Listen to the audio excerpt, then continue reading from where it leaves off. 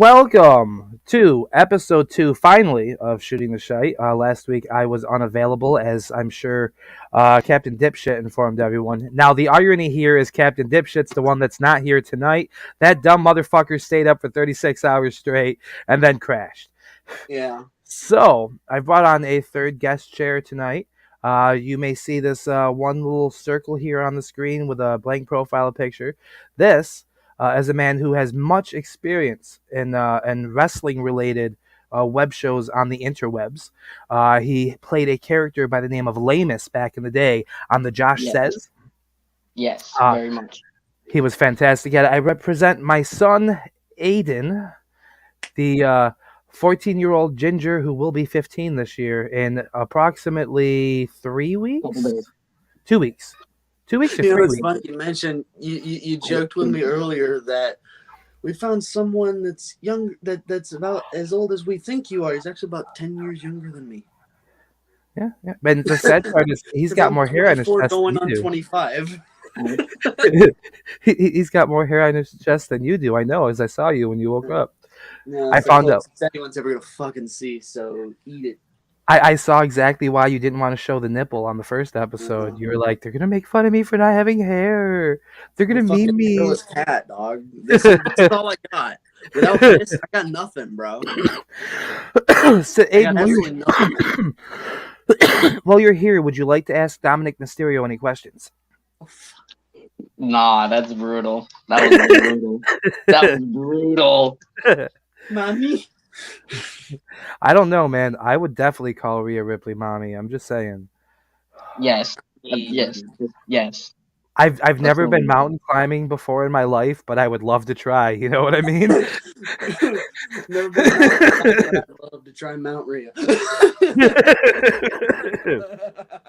Fuck Kilimanjaro. No, fuck Rhea. That's what you do. Except for you, Aiden. You're too young. Yeah, a little. Doesn't mean. Give me about, I don't know, like 5 more years. I mean, technically, you can get away with it in 3 more years. Age of consent in New York is 17. True. What are the laws in Australia? I have no idea. I don't think they have laws in Australia. They're all just convicts. That means she probably likes it rough. But, so Aiden, did you catch any Raw last night? Raw, I saw some moments, like the DX moment. What else? I saw the Bray and Undertaker scene too, or well, their little moment. Yeah, I caught that on a highlight clip on YouTube after I got home Monday night. But then I went to take a shit last night, and I watched like the first 45 minutes of the Raw on Hulu, the 90-minute version. Yeah. And I got to see the trial of Sami Zayn. Oh yeah, I saw that too. I really like that one. It was like how Jay defended him, even though Jay hated his guts in the beginning. Yeah, and here's what I'm thinking. Like, time to pitch this. Okay, this is what I could see happening, and if I was booking it, this is how I would do it. Okay, you got Sami Zayn, who the fans are eating him up, right? Jey Uso, who hated him for so long, now has his back, right? And there was a rumor that Owens and Zayn might be taking on the Usos for the titles at WrestleMania. But then there was also the rumor about The Rock and Roman, and now there's rumors that might not be happening. So what if they just bump Owens up to Roman at Mania? And then instead, since Sami Zayn and Jey Uso retain the tag titles, what if we see that final split between the Usos now? Jey Uso's the one that originally started this whole bloodline thing in his feud with Roman Reigns. And he's consistently had these issues with Roman we've seen rising up during the Sami stuff, right? What if it's Sami and Jey against Jimmy and Solo to decide who the tag champions are? Huh. That's an idea. That would be some interesting, very interesting. And then you can still give Kevin the spot with Roman. Yeah, because kind of the way I was kind of looking at it, because I had gone back through earlier today and watched the full trial segment, and like ECW is dead, my tribal chief. Do what? ECW is dead, my tribal chief. And I wish the same for Sami Zayn. Yeah, That was a good moment. That was just yeah. it was great. But That was a good line. but I was watching, and then in my head I just started going, man, Sami Zayn's story on the main roster is so fucking tragic because he's always been kind of like the little outcast who doesn't really fit in anywhere. So then he starts finally like trying to connect with the fucking bloodline guys, and they're kind of like half-assed with him. Jay gives him shit for so long, finally seems to win him over, and then shit that's not really even his fault starts fucking with it, and all of a sudden they don't trust him anymore, and he's so fucking defeated by this. He can't even defend himself, and then his biggest fucking detractor, the one who wanted him out so long, not only stops him from getting spiked in the fucking throat, but displays a really good defense. That's and family. Kind of saves his hide. So now I'm thinking, well, shit. I don't think, because my whole thing was I thought Jay was like swerving the whole time, like he was just playing nice. Now I'm not so sure. At the same time, it could still be that. I mean, it could, yeah, but I feel like at this point, at this point, I feel like that'd be almost too fucking sad. You know what I mean? So I kind of feel like I almost feel like Sami Zayn is on the verge of a Daniel Bryan WrestleMania 30 moment. He is about he I feel like he is like this close to becoming so undeniably over that it would be stupid to pass up on him. It's funny you say this, okay? As I'm watching the trial segment, I'm noticing, okay? We have a bearded, long-haired, skinny, as the internet might call, vanilla midget. Yeah. Who the fans are rallying behind. Mm-hmm. All I'm seeing there was the same thing. Like, huh? Yeah. It's like I'm seeing like almost piece by piece, like a retelling of fucking Daniel Bryan story. Because like this dude is organically getting over on his own, doing his own thing. Huh?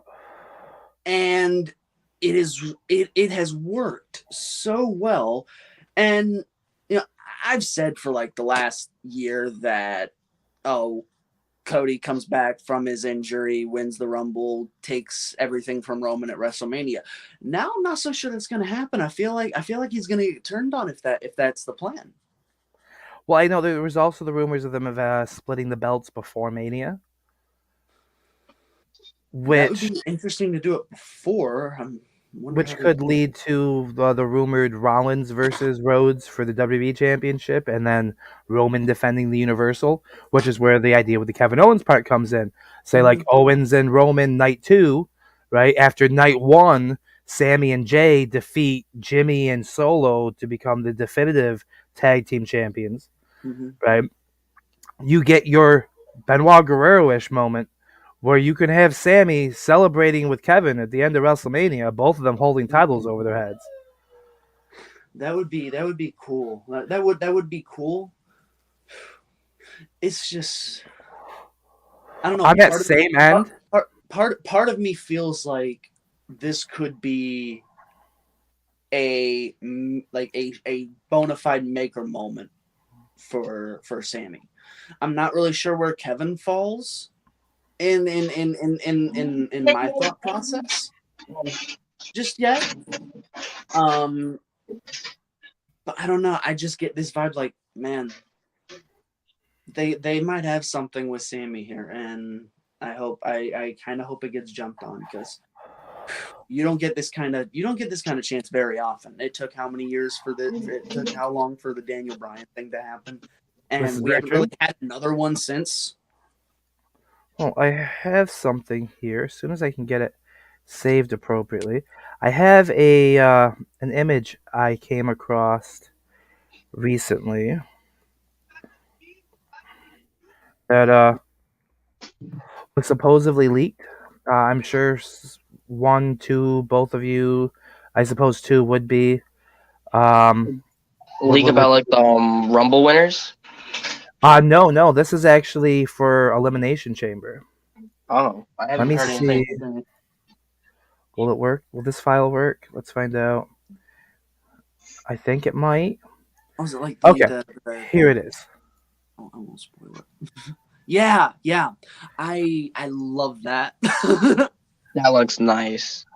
I love it. What I loved the first time I saw it, I can't remember who I saw post it on Facebook, but a bunch of people were complaining that, oh, it's spoiling Elimination Chamber, and I'm like, it's a chair, and I love that is clearly the fucking chair design, and I love it because the look on his face is so much funnier when you realize some sweaty nerd's gonna put their fat ass in his face that night.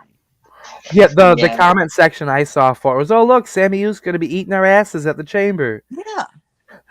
Because if you look at if you look at the place of this, right where it is, that is the back part. Like he is for sure going to be nose deep in your ass cavity if you're sitting on that chair. He is going to be teabagged for life. Oh yeah. Oh, absolutely. I suppose they could do like a Roman Sammy thing at Chamber because that's in Montreal. And that'd be pretty huge. You know, now that I kind of think of it that way, what are the odds that we get a full bloodline chamber? I wasn't thinking that. What if we get like a Kevin Owens, the bloodline in a chamber? No. Let's get like a Eddie Guerrero Brock Lesnar moment where like maybe, you know, you mentioned that they could split the world titles before Mania. What if this is where, like, I don't know, Sammy gets the WWE title at Chamber and then loses it the next night on Raw to Rollins? Maybe.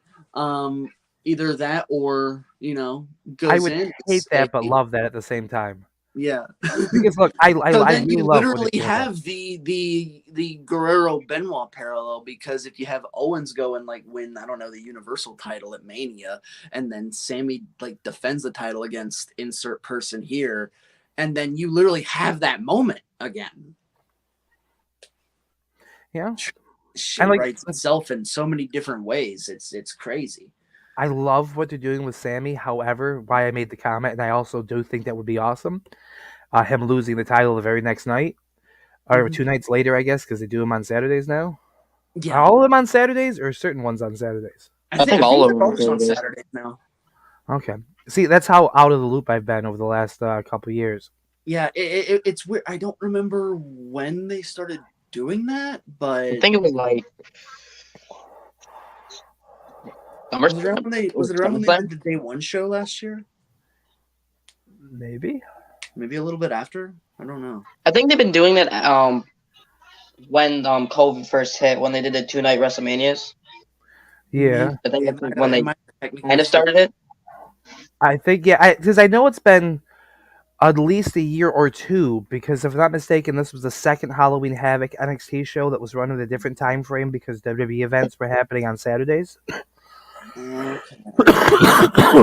Gotcha. But I was never clear on whether it was all of them, because I don't watch all of them. I barely watch any of them. The last thing I watched was Bray Wyatt coming back at Extreme Rules. And the last one I watched was War Games. See, I didn't watch that one.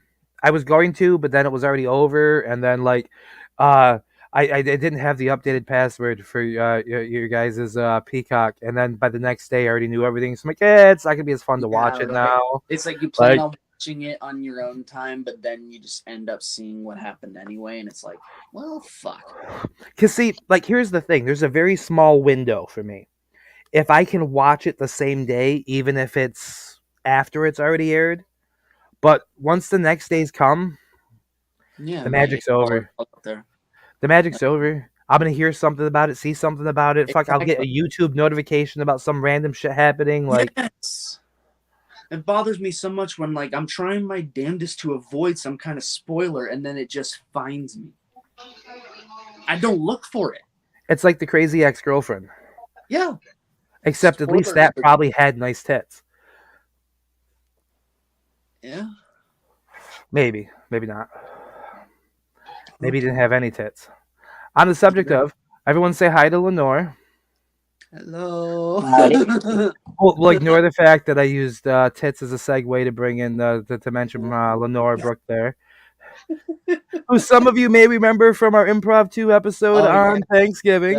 The pilot. If I'm not mistaken, didn't she want to smash Vegeta? Or was I the one that was smashing Vegeta? Maybe I married Vegeta. Huh? Yeah. Fuck, I don't remember. Maybe she Hello, Jason. J-Bo, that's a hi. Huh? The snow out my door? Why? No, that's hello, grab you too, Vegeta. True. Wait. Is that the Jeff? What was that the Jeff? The Jeff. The voice sounded a lot like the Jeff.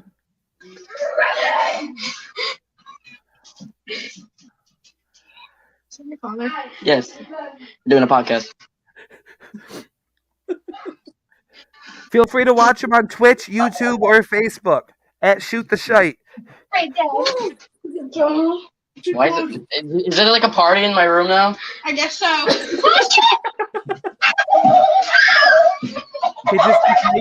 We're getting content. Let's go. Underage drinking just yet. At least not while your father's still on the line. Alright, how will we all do this the other direction? Snow on my head, yeah, we just do that. Oh my god. Snow on my head, yeah, that's great. Oh, you put it down my shirt, yeah, thanks. I was gonna put it in your pants, but you weren't standing up. Oh, that means he has snow tits. Listen, man, hey. Sexual assault? Sexual assault? Hey, it's not sexual assault. He's not putting up the video. Stop. Wait.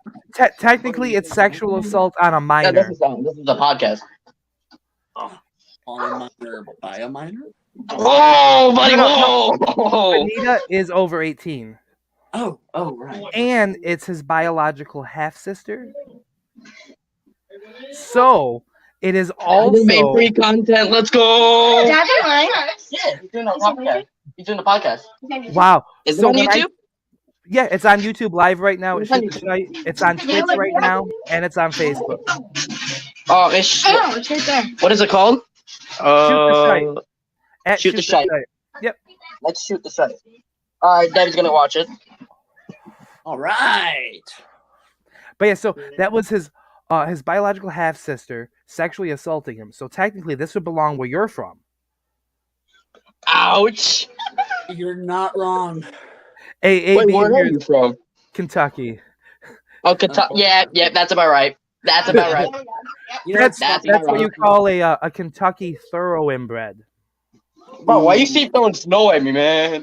What did I do? Do we think that might be the sister size of this episode? Yeah, that's Kentucky thorough inbred. Yeah, that's the sister surgeon.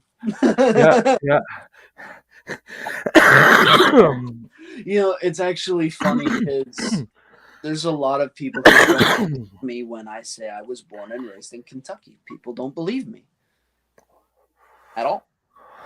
I mean, if that's I don't sound like I'm from this place. However, if your current facial hair is the testament to the most facial hair you could potentially grow, if by chance it is, in like 20 years, it took my dad like almost fucking it took my dad till he was like mid 40s to be able to grow a fucking beard.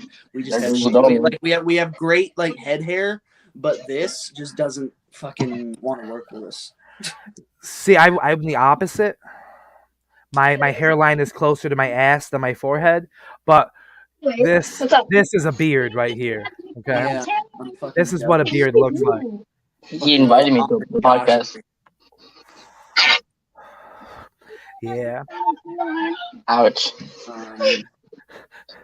But yeah, so that was my thoughts on the Sami Zayn situation. I forgot about talking about that. I forgot all about that. I imagine when you got the cold nipple. It wouldn't be an episode of this shit show if we didn't have a total fucking derail. Yeah. Episode 1, fucking Kiwi here. God. His sound and audio wasn't working, so he couldn't necessarily hear everything, but things would come through here or there. And he heard the reference to Die Hard before we went on to Vince McMahon. No, but yeah, it was Vince McMahon, wasn't it? Vince McMahon coming back. And he's like, he just goes off on a rant about how Die Hard is not a Christmas movie and so yada, yada, yada, yada. You can't make a wife out of a hoe. That might be something different. That's a throwback to season 1 of Shooting the Shite. I played all sorts of those videos when that was a thing. And that's why most of our stuff got taken down. That and apparently Nicki Minaj doesn't like it when you're higher than a motherfucker. Ooh. I don't know. Ouch. Yeah. So anyone looking for our first season of content, tough luck. Yeah, it's gone. Blame the man. And I'm not talking about Becky Lynch. I'm not talking about Ric Flair. I'm talking about Vince. He probably did it. Probably. Goddamn, pal. Which actually gives me a great idea for an alternative rock band. Actually. You haven't told Instead me. Of Ice Nine kills, it's Vinnie Mac kills. Mm. And it's just like, alternative rock covers of like old 80s raw WWE theme music. You gotta get a. I am a real American. Fight for the rights of every man. You gotta get a remastered version of fucking Stand Back. Ooh. Stand Back. I don't know that song. Might be a little too forward though. Alright. JYD's. No, really? I didn't know there was snow on the floor. You know what? Shut your sarcastic ass up. You're just like your dad. What's wrong with that? I don't know. Hi, Debbie. Hey, Debbie's on. If you didn't see it, Debbie, it is still here in the background. It wasn't episode 2. It's still episode 2. But we could get Dylan to do that. But it's still episode 2. Just leave it. Yeah, Dylan Schreider. He does EFED character Dylan Mason. Yeah. He was on here a lot the first season. Like almost every week, he ended up coming on towards the end, and we would just talk about the most randomest shit for hours. And we were just having a regular conversation. And some people watched, some people didn't. I got my content real quick, actually. Not wrestling related, but we're just minding our own business, right? And we just fell in a lake, an icy lake. Debbie was telling me about this. Yeah, that was like miserable. My buddy Noah lost both of his shoes. It was just a great time. Hell hadn't frozen over, and neither had the lake because they fell through. We went down in the lake, and then we all fell. Yeah, I didn't even go down until we were walking back. We were walking back, and then boom. Oh man, that was a shit show. Yes. Which is funny because this is a shit show. It's shooting the shit. Yeah. So that's a great segue. It's a shit show. It's a show about shit. Yeah. Shooting. Now Josh just needs to be taking a shit. And then where we go? We got a good show. I'm literally shitting my pants as we speak. What? Yeah. That's what we like. I'm getting all sorts of like keywords I can use for the Pornhub upload later. There you go, buddy. That's the algorithm. Oh shit! I don't think I can technically upload this one because we have a minor on. Oh, but you don't see the minor; you only hear him. I am an unknown minor. You might get screwed off the hub on this one, bro. Well, I still have to verify. Like every time I try verifying, they're like, "Are you sure this is you?" Yes, motherfucker, I'm sure this is me. How would I have the stuff if it's not me? Do you think I would pick an ID of someone else balding? Did I accent the fact that I'm balding? No. Yeah, like if this, like if you were having someone else portray as you, you'd want them to, not be you. Yeah. No offense. That's okay, Dominic. I understand. Hey, Just out of curiosity, who really was your poppy? Was it Ray or was it Eddie? Alex? I mean, is there really any doubt?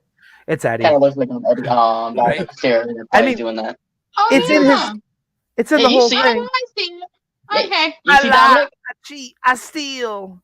Yeah. He I stole Ray's cheat. wife, and they cheated together. Mm. And then he stole the opportunity of having to pay child support by making Ray raise him. Yeah. Lied, cheated, stole. Boom. I have no Lie, idea. cheat, and steal your happiness. I think maybe that's a teapot. I don't know. Or inspo. Done it. Wait. No. That's a flex. That's a flex. Literally. Oh, apparently someone's showing muscles. It must be you, AB. What fucking muscles? Oh, that's what the thing was supposed to be. Okay. That makes more sense. Yeah. I ain't got nothing to fucking flex, dog. That's true. You were This going to show us is the a nipple. game that I was playing for a while, but I kind of got bored, so stopped doing this. And then this how this happened. Yeah. Josh, Yeah. he has entertainment. Yep. Let's see. So, AB. This brings us to the Royal Rumble. Yes. It does. Actually, no, that brings us to a stop before the Royal Rumble. Okay. Something that actually happened last week amidst us missing a podcast. The death of Jay Briscoe. Oh yeah.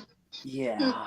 I think was he mainly in ROH or? Yeah, Yes. ROH guy for Warner Brothers wouldn't allow him on their television, their station, which is why they didn't appear on AEW. Yeah. They're allowing Mark to appear tonight on Dynamite to take on Jay Lethal. If I would have known that show was going to be like an hour away from me, I swear I would have been there and not here. Wow, you would have just did me like that. Like, yeah. I would have ditched the podcast during the show. Watch fucking Mark Briscoe's fucking Dynamite debut, dog. You could have just you could have opened up your phone and we could have had it right here on Shooting the Shite. Oh yeah, true. Live in like free content, color, live on location. Yeah. It's been awesome.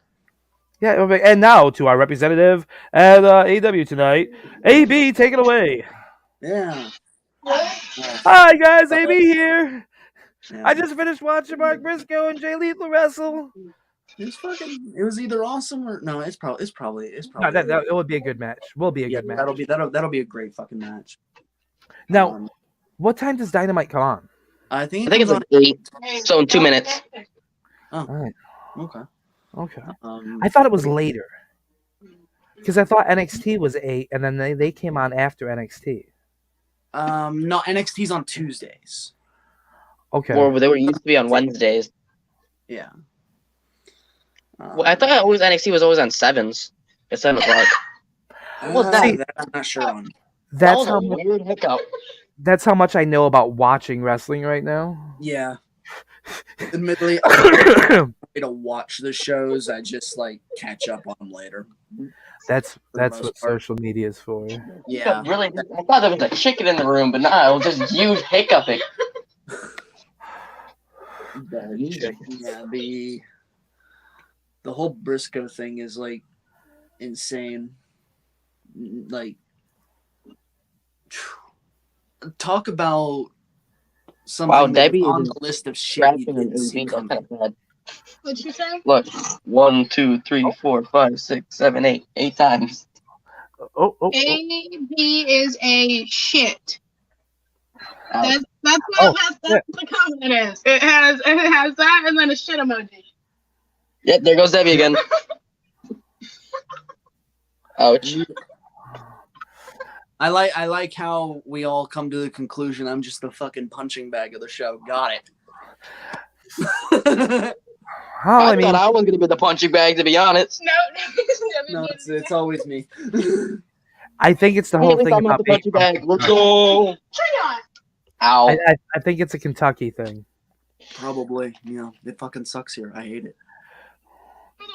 Let me see what the Debbie. I mean, I might live someplace just as bad. Okay. where I'm from is most famous for one thing in particular. And when I say this, if you don't groan, you'll at least have a. Well, you probably weren't alive then. No, you were just born. You might have been conceived. Woodstock '99. Woodstock About a year old. Woodstock Okay. 1999. There. Huh? The riots, the burning down like the walls around shit, the Okay. cops that were Okay. raping like out of town women. Yeah. Yeah. Like Oh, okay. Okay. I'm with, Oh, Jesus. I'm with you now. I'm with you now. Okay. Yeah. Yeah. That was that was a tough a pick. that's what happened where I'm from. So, you know. Yeah. You know what? Yeah. That's pretty fucking shit. Yeah, that was Kiwi's sort of reaction when I mentioned Woodstock. He's Woodstock. The whole documentary on that. I didn't watch it, but yeah, that place is fucked. Oh yeah. Talk about Rob Perry. Hey, I present actually since we were just talking about wrestling. Maybe a little before your time, Arthur. At least in the EFED world too. Rob here is it Immortal Championship you work with? But he had Wait, some Rob? beefheading time. Yeah, Rob Perry. Rob. I'm trying to remember his gimmick name. Freak Show, Bobby Bates. Freak Show, Bobby yeah, I Fakes. think that was before me. Yeah. Because I started doing the Fed shit like more like full in 2018. Yeah, that was probably definitely after you, or before you. I mean, yeah, he's Russell's not far from here, and he happened to come through in time for the Woodstock. Yes, I was telling him that being Kentucky, though I'm shitting on him for, I could almost say just as many bad things about where I'm from. Like that one part of the city looked like mad old, like old. Utica's bastard Bobby Bates, bitch. Yeah. Gotcha. Coincidentally, this same Utica's bastard is where I got the cat you saw featured in the Dusty promo for XWE last night. Dusty love. I think I see that. Huh? Oh, look, and see, on the subject of that, Breastfeeding people. Lenore mentions it too. It's someone breastfeeding. Why? Why is Debbie doing this? Debbie, why? What are you doing?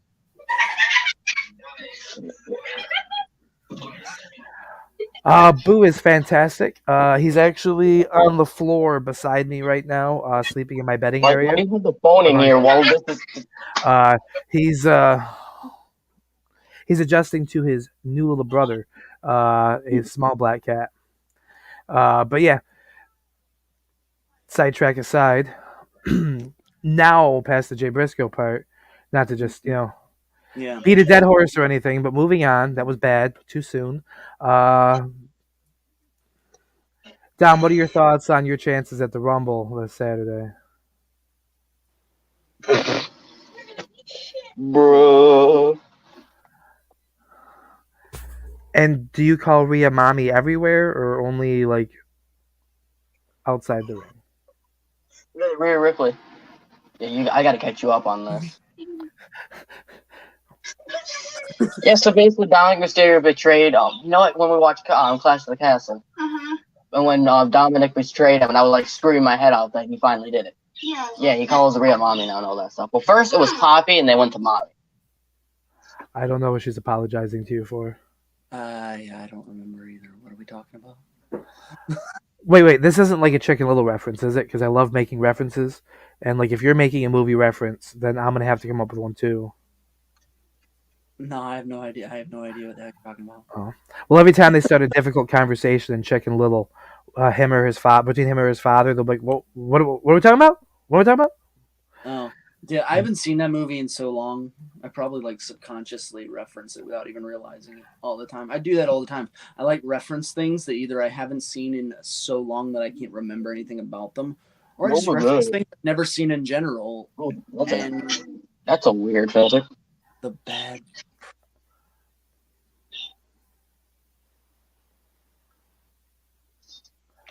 I don't know. Wait, is it reference? Hold on. Yeah, I don't remember what this is. So I'll take your word for it, okay? I will take your word for it that there was some kind of bad promo that if you're apologizing for it, I guess it means you had a hand in it. So apology accepted, I guess. I don't know. I'm a master of shitty promos, so. Who, Dominic over here? Or mine? My lack of. Whose mustache? Well, you don't have one right now. So Or Dominic's mustache. Like actual Dominic's mustache. We're so many places here. And that's like what we all do. Over the place. All over the fucking place. This is like the podcast for ADHD folk. Yeah, exactly. Yes, sir. Oh, okay, definitely not me. Bobby Bates, the Freak Show, says I'm beautiful. So I'm guessing it's probably your mustache. Probably. You might have been right. You might be the punching bag. Yeah. I just. Wait a minute. What the fuck happened to Josh's mustache? There isn't a mustache there anymore. No, it's fucking gone. He's Amish Josh now. Amish Josh now. I don't think I can ever picture that. Oh. Well, I liked the Freak Show. It was easy to remember. It is, to be fair. Now, what was it? You said Utica's Bastard somewhere? Bastard Bobby Bates bitch. Yeah, Utica's Bastard Bobby Bates bitch. I'll be honest. That's a mouthful. I can't remember that. Like I'm gonna remember the Freak Show way more than I'm gonna remember the Utica's Bastard. See? What the fuck? Just being honest. I'm like, what are you doing?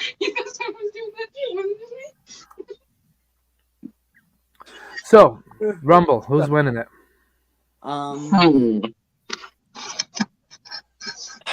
Who I think is going to win. Well, you mentioned Cody was your thought a long time ago, but then you said that you were thinking that before. Yeah. So, like... I still, like, in my head, I still feel like they're probably committed to the Cody thing. Okay, how about this? Something different than what people normally do, right? Instead of the winner, something that I think that's actually just as important as who wins the Rumble, and that's the Final Four. Ooh, yes. Okay. Who are your Final Four? The Final Four guys in the ring at the end of the Rumble. The last three eliminations and the winner. Okay. Hold on. All right. Sami Zayn, Jey Uso, or wait, is he injured, or was he did like an injury? That was Jimmy. That was Jimmy that got hurt. So then Jey, Solo Sikoa, and someone else. Okay. I'm not sure who though.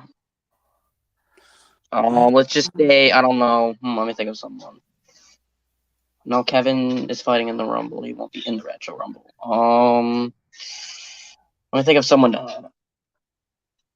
You see someone like Braun making it that far, or because he is one of the people being advertised? I don't know. I don't know if I see Braun making it all the way.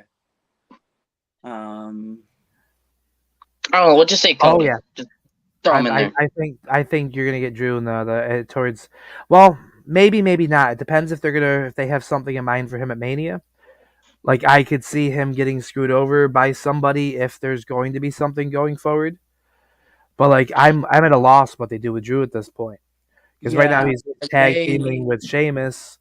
Like they're the Bang Bros or Banger Bros. Sorry, Banger Bros. No, this isn't something we saw on the side of a bus. That's it. Bang Bros was the porn company.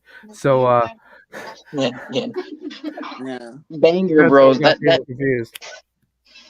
Oh, that is some weird name, Banger Bros. It is. Yeah, because they're banger after banger after banger after banger or some shit. I don't know. It sounds fucking. It's one match kind of like that I wish we can get. Now Brock is actually back. Gunther versus Brock. Hello. Oh hey. More to join the shit show. I just found the link on the page while scrolling down on the Facebook. Oh yeah. All right. Welcome to the shit show jungle. It's been a while, so yes. Oh yeah. Now, Brooke, try to avoid hitting on the young redhead that you can't see to your right on the screen or the left on your screen, depending on where you are. He is underage. Mm-hmm. Though I could understand why you might want to hit on him. He is my son, and he does look kind of like me. So, he's obviously a goddamn good-looking kid. Well, I'm already dating someone already, so.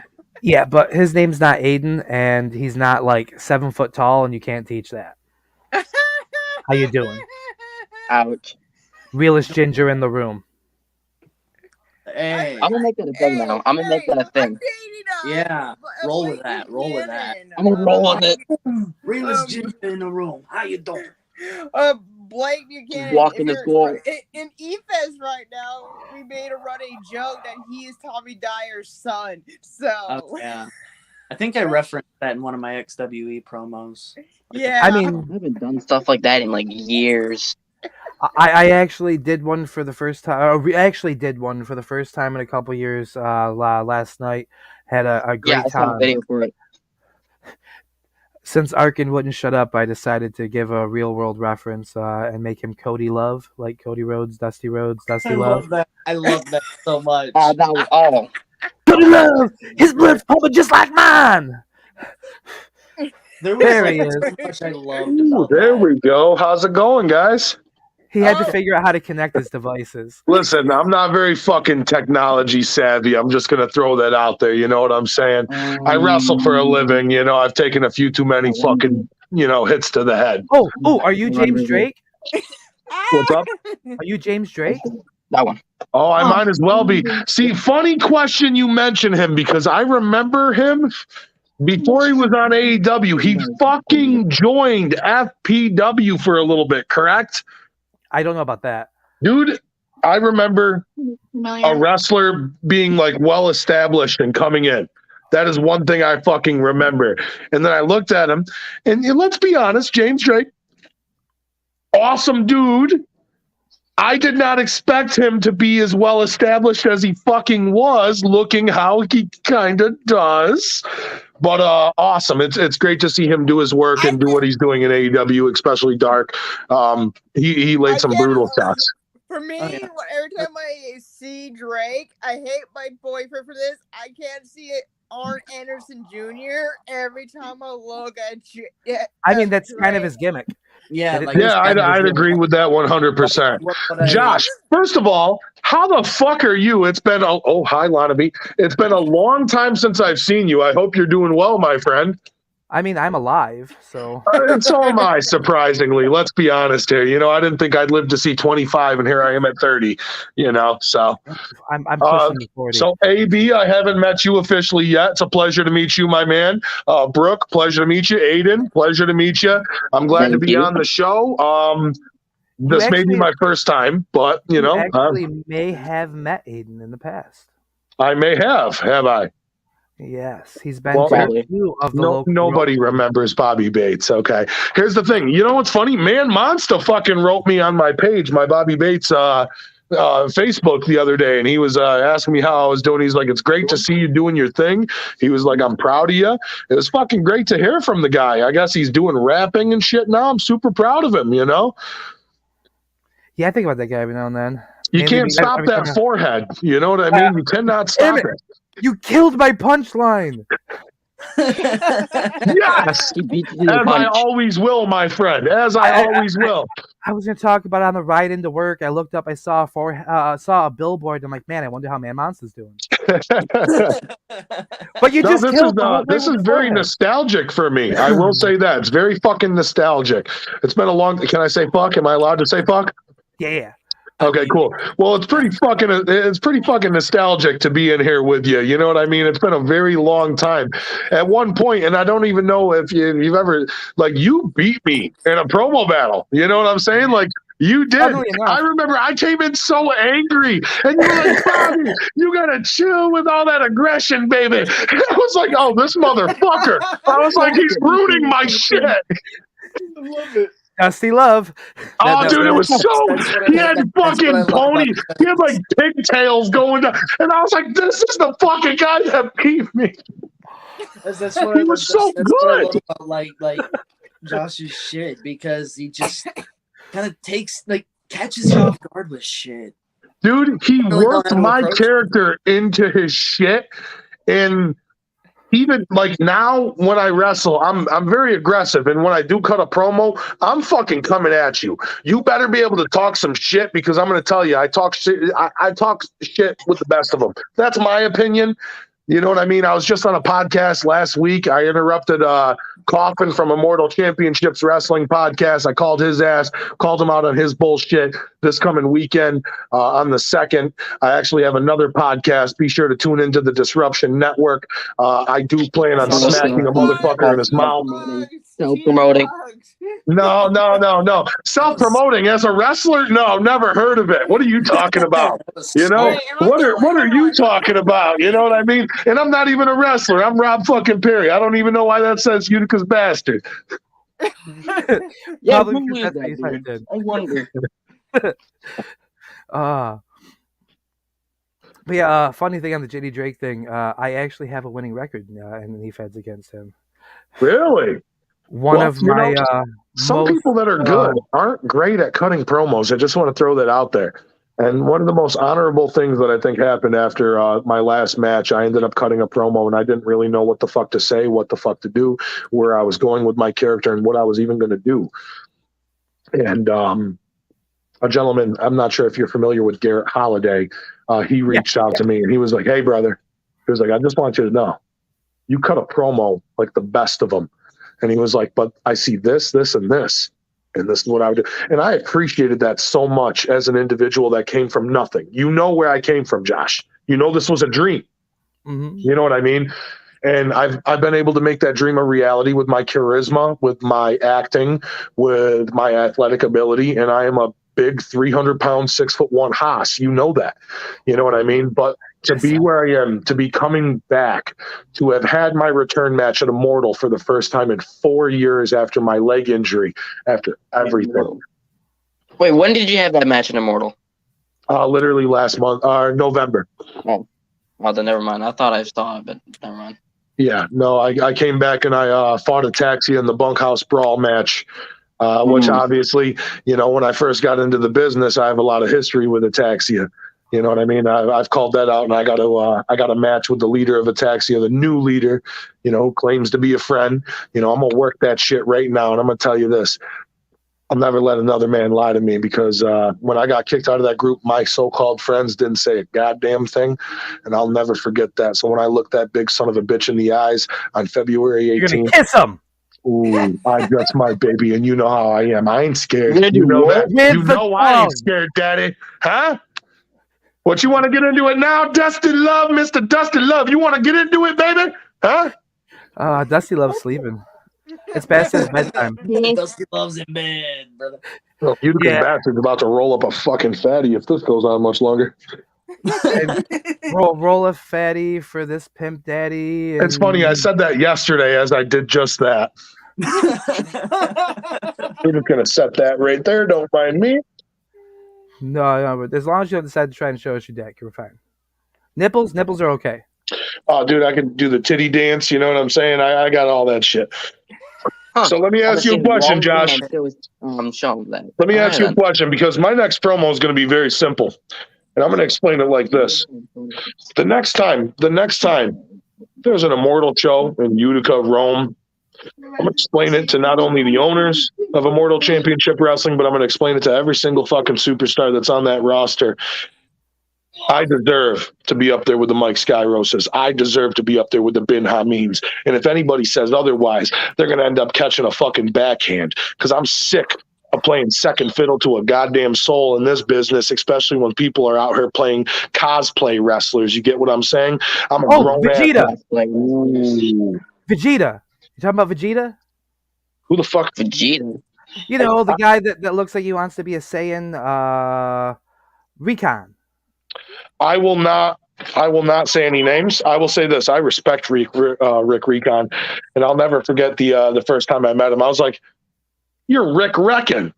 And then he changed the letter in his name because it was I believe it was like REKON. And I was like, you're Rick Reckon. He was like Recon. And then he switched it to a C. So that always made me laugh. Because I was like, Rick Reckon. I was like but I will say I respect him. He's doing great work. You know what I mean? Good luck to him. Everybody, kudos. The way I look at it, I don't give a fuck about anybody's success at this point. When I put on a show, I want to put on the best show that I can for not only myself, but for that crowd. You know, I'm an entertainer. You know, I like to entertain people. You know, I have a character. You know, I have a base to get this off my chest. And to me, this is very therapeutic.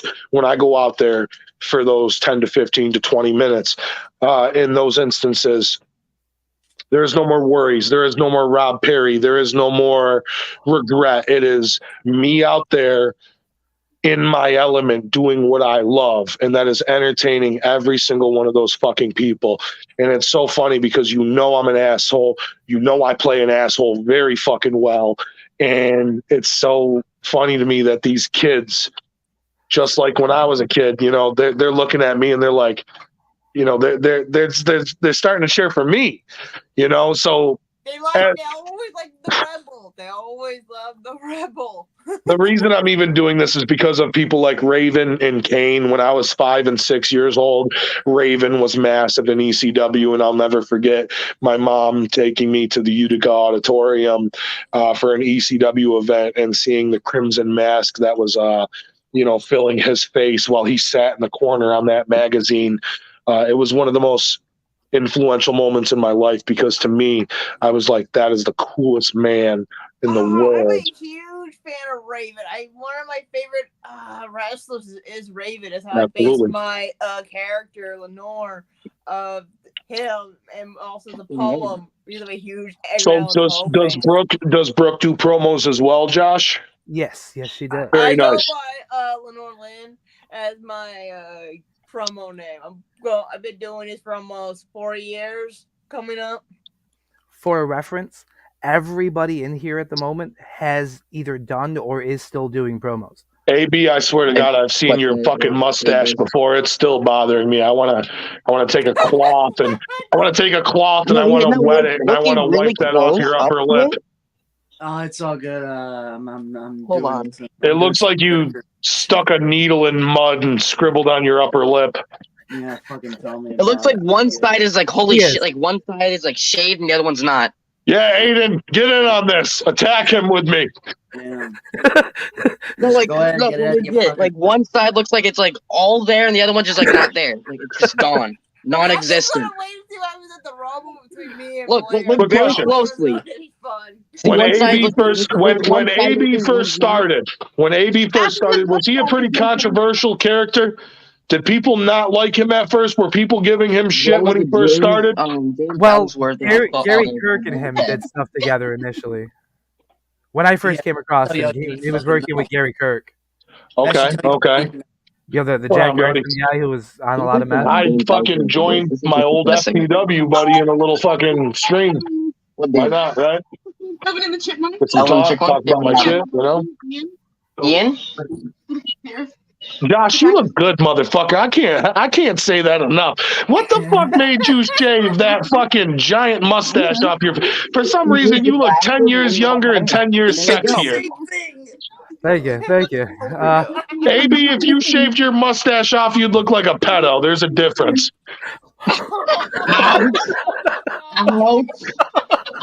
Destroyed. Sorry. I'm sorry. I'm gonna go take a piss. You could live with that for a minute. I'll be right back. It's gone. It's gone. Rest in peace. Yes, I see it. I've seen a lot of things before.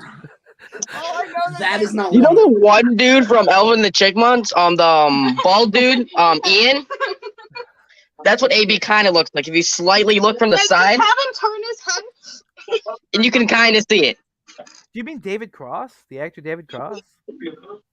No, what was it? Is it the dude that had Elvin and the Chipmunks for a while, and that their uncle, right? Uncle Ian. Uncle, that one. Yeah, the uncle. Oh, yes, that's so-called David uncle. Cross. Oh my God, David Cross. There is an E-Fetter, and Aiden, your mom knows who this is, and if you ask her, she'll probably agree.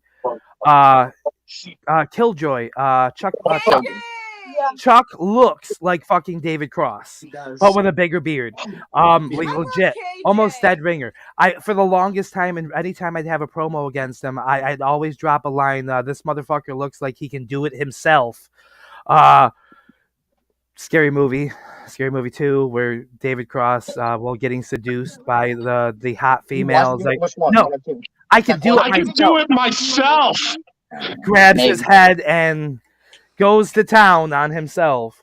Let me ask you a question. And I hate to sound like this because I'm not a misogynist, but if men could suck their own dick, would we need women? Maybe.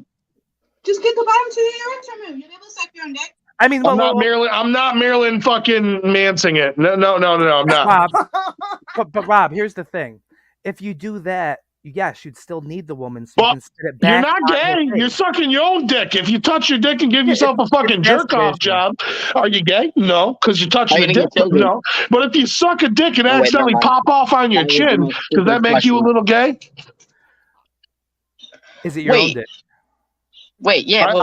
I shouldn't have had some drinks before I got on this. I'm so sorry, dude. I asked these questions at work. No, they bring me into the office. Does that make you gay? No, what happens if you touch your own? Then would that make you gay?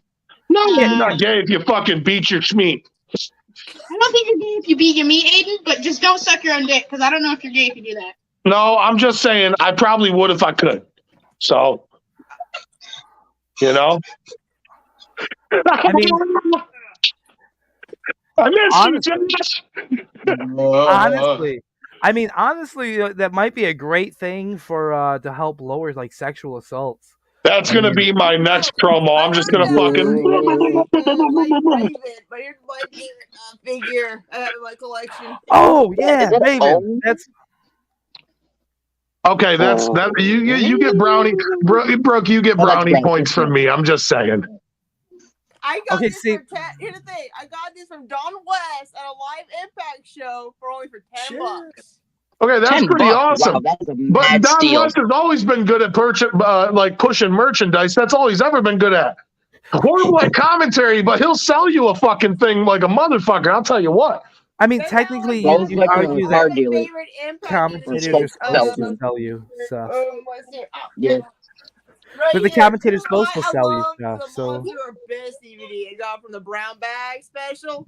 Watched this a lot, and that's why I love Abyss. You're a fucking super fan, aren't you, Brooke? Yes, I am. You can see half my collections right here.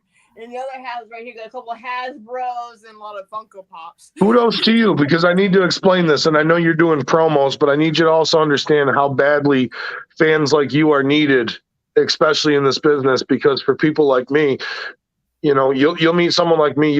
I'm hoping I'll get support from you in my wrestling career. If you ever see me around you or in your town, I'm hoping you'll come see one of my matches. We need wrestling fans like you, and it's a dime a dozen at this point in time. In the 90s or a long time ago. The fucking day of the avid wrestling fan is gone. We need wrestling fans. I've been watching wrestling since the my first actual match I ever watched. It was the famous Undertaker chokeslam Rikishi, Hell in a Cell. Oh wow, that was your first match, 2000? Yeah. Then later I'm fucking 30, Josh. I'm getting old.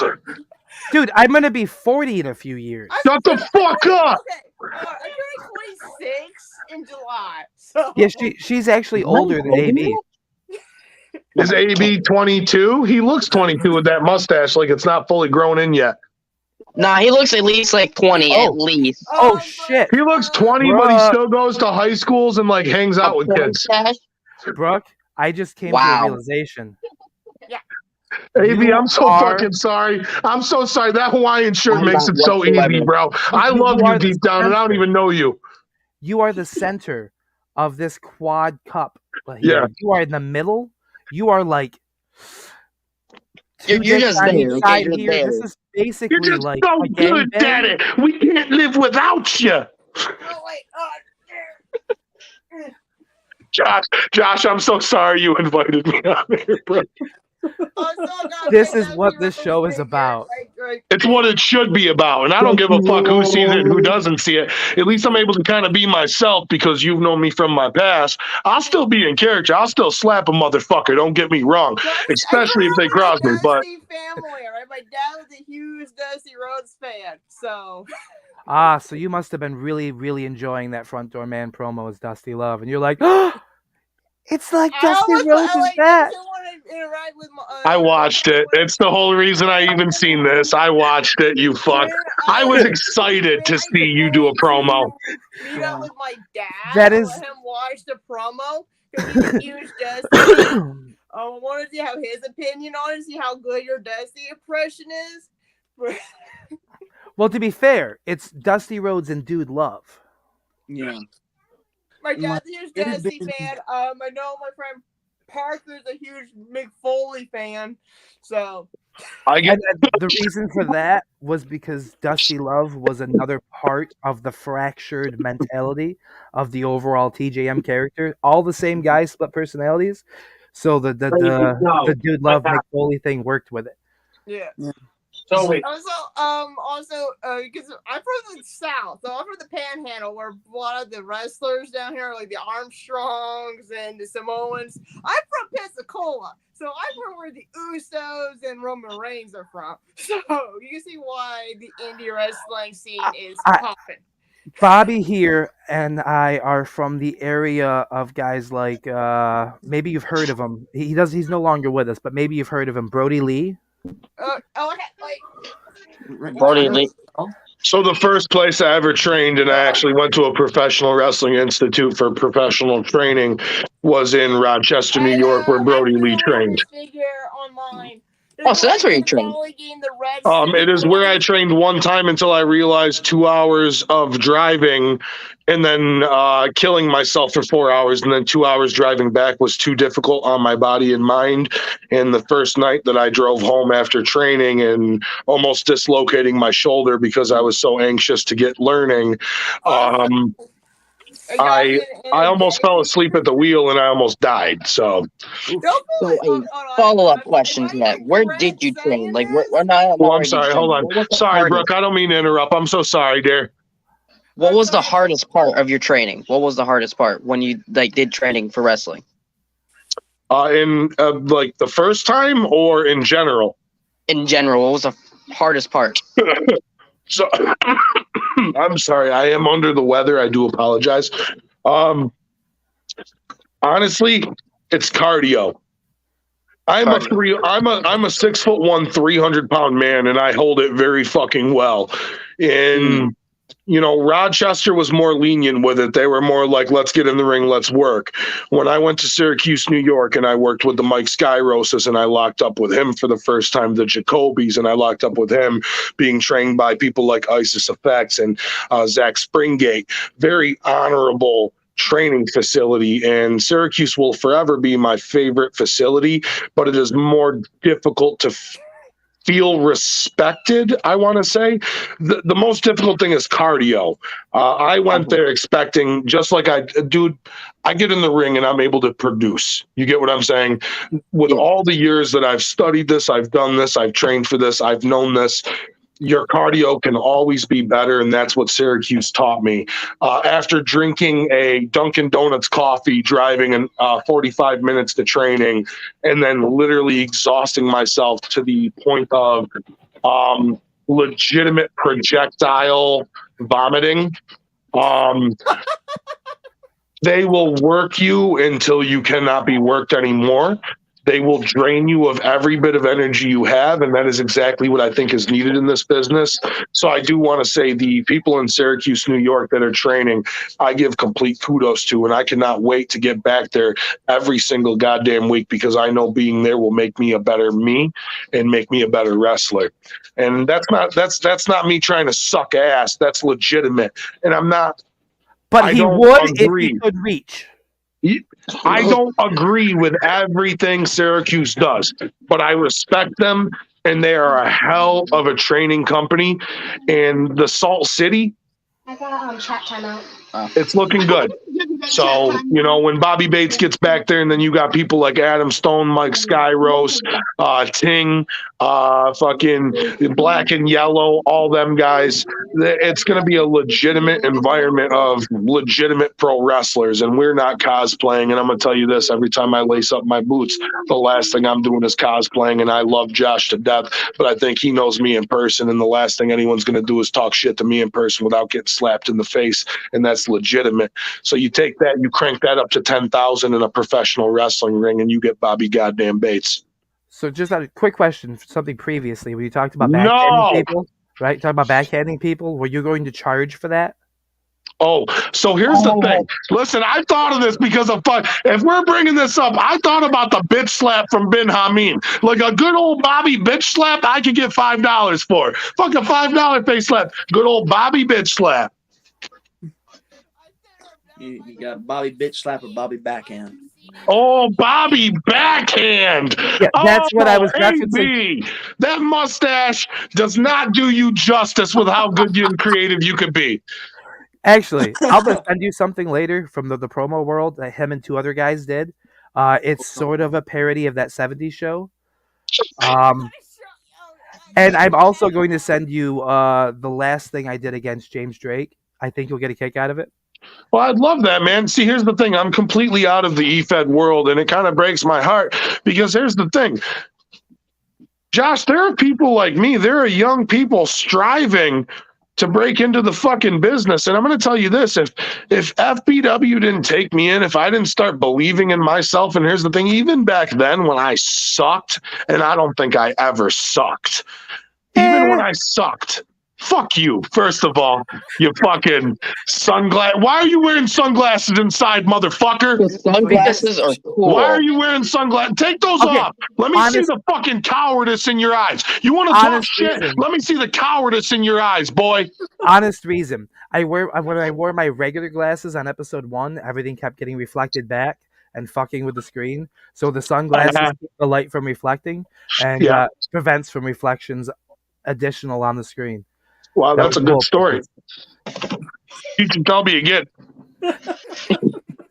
So I wore my regular glasses, right? Speaking of, on the promo end, I never could take anybody seriously that wore regular glasses cutting a promo. Oh, dude, I would have my contacts in, or I would take these motherfuckers off. Because I'm gonna tell you, this is not intimidating. It's this motherfucker. Like, I will give you the eyes. You know what I'm saying? And you know that. That's one thing I played off of with the Bobby Bates character. I was blind as a bat, but I knew I looked crazy. Yeah, you know. I think the only way like the glasses actually work is if it's like part of the character or something. Really. No, see, Bubba Ray Dudley was able to make it work. I thought it was funny when he was power bombing bitches through tables, and then the glasses would be like this on his face. I thought that was kind of funny. He made it work. Spike Dudley, because he was a little small fucking nerd. Maybe IRS. But even he didn't wear him when he wrestled. He took him off. I think IRS lost an opportunity to team with The Undertaker somehow and call it Death and Taxes, but that's just me. Yeah. I seen like a pose of like when they were working with Ted DiBiase at the time. Death and fucking Taxes. Why did they make that canon? Why? It would have been great. Work back then. Like you could have made some money off of that. On that end, we have an actual wrestler in here. We have please do me a favor. Anybody that has questions, be free to ask. And Josh, I'll let you take over. I'm so sorry to interrupt. I do not mean, you know what I mean? I've been smoking. I'm really enjoying this. And it's nice to be able to have a platform to be myself. And I want everyone to know that I don't have to be like this, and it could be that. So please do not forget that I'm being civil right now, and I am myself. And if I feel disrespected, I will no longer be myself. Is that clear? Would you become AB then? Who would want to? So this is what I'll say. Who the fuck? Oh, wait. Somebody call the man. I hate you so much, motherfucker. Oh, somebody call the man. We got a corpse. So apparently children and Josh make me break character. Yeah, it's lovely. Yeah, children and Josh. Oh.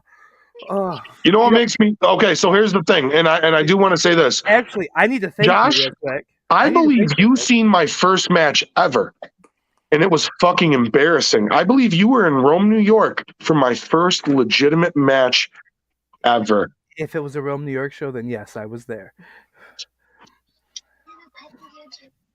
Though I don't think I knew who you were yet. Dude, I wore a mask. I don't think you realized it was me because I had a mask on or a hood. You know what I'm saying? I think if it's the show, I came up to you in the crowd after and asked how you thought it was, and you were like, "You wrestled?" So the thing that pissed me off was I was doing all these promos for like a year. You know what I'm saying? I was working with you guys and I was enjoying myself, really figuring out who I was. So then I get into the wrestling business and they don't know if I could actually react or like act and show my facial expressions. And it was like, that's probably what I'm going to be the best at. You know what I'm saying? That's what I love about whenever you like see people who are doing the Fed shit actually like break out, because you got these. They have that element. Training in the fucking like promo department for fucking years. Yeah. Dude, Josh, it makes me want to send you one of my. I have them on my phone still. They're in my Google Drive. Like, as embarrassing as that is, like I kept some of my promos. Dude, I've kept all of mine. That I dragged in here to EFES a long time ago. JD Rush from Bama. He was helping out with his promo work, and he is now running a show now in Bama. And he's doing well. His heel work is being awesome. Says doing EFES. He's like, ever since doing EFES, his promo has been on point. And that's why I love about showing to have some. Me and Josh had some real fucking competition back in the day, and I don't give a shit. But Triple M, the Pinky fucking Stinky, those guys were fucking clutch characters. And I'll tell you what. Oh, Onions. Yes, Onions. The fucking Pinky fucking Stinky. Dude, you know, one of my favorite moments ever is telling Triple M that I was going to take his mask and wipe my ass with it. That was one of my favorite fucking memories. You know, I would later go on to form a team with Onions, Unsafe and Unsane. Oh yeah, I had my own purple mask with the pigtails, and he was so good. Who was he? His name's Tony. He actually was the best man at my wedding to Genesis. That's actually awesome. I had no idea. Wait, so is he around our area? He's in California. Do me a favor and just let him know. Be like, hey, I don't know if you ever remember this dude, but this cat really respected you, and he's wrestling now. He wanted, me to let you know. Do me a favor. Let him know I really fucking respected his work. Please. I will pass that along. He's still promoting right now. He's still active. He's promoting right now in Heresy in the Asylum, and he's pulling some good work right now. Well, of course, he's Onions. Oh yeah, he is kind of feuding with someone named Zelzabar the Clown. He's actually another really good character in the EFED world. Like, he's very himself. He's going to kill me for calling him a clown. He's no longer called a clown anymore. He calls himself God now. He does what Grimm tried to do, but better. This is crazy. Grim's trying to call him out again. Grim's trying to call out Zelzy out again. And like, dude, you got beat last time. You want to do it again? No. Some people are very good at editing and not good at talking. And some people are good at talking and not good at editing. And it's when you find a fine line between both that you become some of the best. Yes, there are quite a few that are still good at nothing. Yeah. That's fucking great. Who said that, AB? Did AB say that? That's fucking beautiful. Shut down. You're good. Come on. You're feeling Johnny right now. It's probably the best thing ever happened right now in Omega. So now let me just say, the Onions thing brings perfect to what I was going to ask earlier. True, John. You know I'm Dude, having my promos and my rivalries with him, talking about peeling the onion and breaking my shell and fucking becoming who I was meant to be and how it was my destiny. Him and fucking Triple M really molded who I was, man. Like, I couldn't be the freak show anymore when I was a wrestler because nobody's going to pay to see my show. Nobody knows about the show. Until you spread word about the show, how can people attend? Do you get what I'm saying? Now when I think of freak show, I think of Zachy Monstar, and that's basically what he's been calling himself now. The freak show, the madhouse. Dude, there was one dude that called himself the freak show, and then I came along, and I remember this. He was no longer the freak show. I still talk to Shooter J too. Paul's a good dude. Fucking great dude. He was at one of the shows. I was not wrestling that day, but the fact that I got to see him, meet him for the first time, it was fucking great. You know what I mean? I have so much respect for the people that, you know, I met years ago that just are as passionate as I am. Some people don't get the opportunities some other people do. And, you know, the one thing I always wanted to do is capitalize on that and make sure I made the best of my abilities because I do believe I have something here. I'm 30 years old, and in 2 years, I do plan on being on TV. It is me who will hold myself back and nobody else. And if I don't bust my ass and get there now, then I will not get there. Coincidentally, about 2 years ago, Aiden, myself, and Shooter J were all on the exact same row for the ICW show at the YMCA in Rome. Oh, beautiful. With I remember that one. Fuck, I just had his name and I forgot. He was the ROH TV. Rhett Titus. He was one of the guys there that night. Holy shit, I remember Rhett Titus. Holy shit. Yeah, there's actually a picture of him with the baby, and the baby's crying, holding him. Oh, fantastic. So he's crying too. Yes. It's great. That's great. Let's see. Oh, fuck, what was that one dude? Aiden, who was the guy that you and Jay got all the stuff from? I'm not sure. I know you have the hat. I know, he was like, his gimmick was like deathmatch and like basically a hardcore gimmick. Just can't remember what was his name. I don't remember. I know he had like a Thor type t-shirt and all that. I just can't remember his name. I do remember Bobby Bates here having an issue with the dude. This guy that we're talking about? Yes. Just can't remember who his name was. I've had issues with a lot of dudes, and not many of them will actually address it to, my face legitimately. Because I have a very simple concept in this business now, and I'm not fucking around when I say this. It's 2023, and I'm 30 years old. If you can't fuck me up in real life, watch what the fuck you say. And that's all I'm going to say. I want to say Ragnarok was in there somewhere. Where is that shirt? If I find the shirt, maybe I can find his name. Yeah, I don't know where my shirt is. I had a DVD of his that I bought for fairly inexpensive, and he gave all the kids rubber bracelets. So yeah, I'm not sure who I had an issue with, honestly, because it's only been it's only been a few people. This would have been the character coming off issue. You had said something about something between him and someone else you were close with. And I want to say it had something to do with a shoot interview. Oh, I have no problem with shoot interviews. I think you know that. Yeah, no, fuck. I can't remember his name now. Brooke, you are so quiet.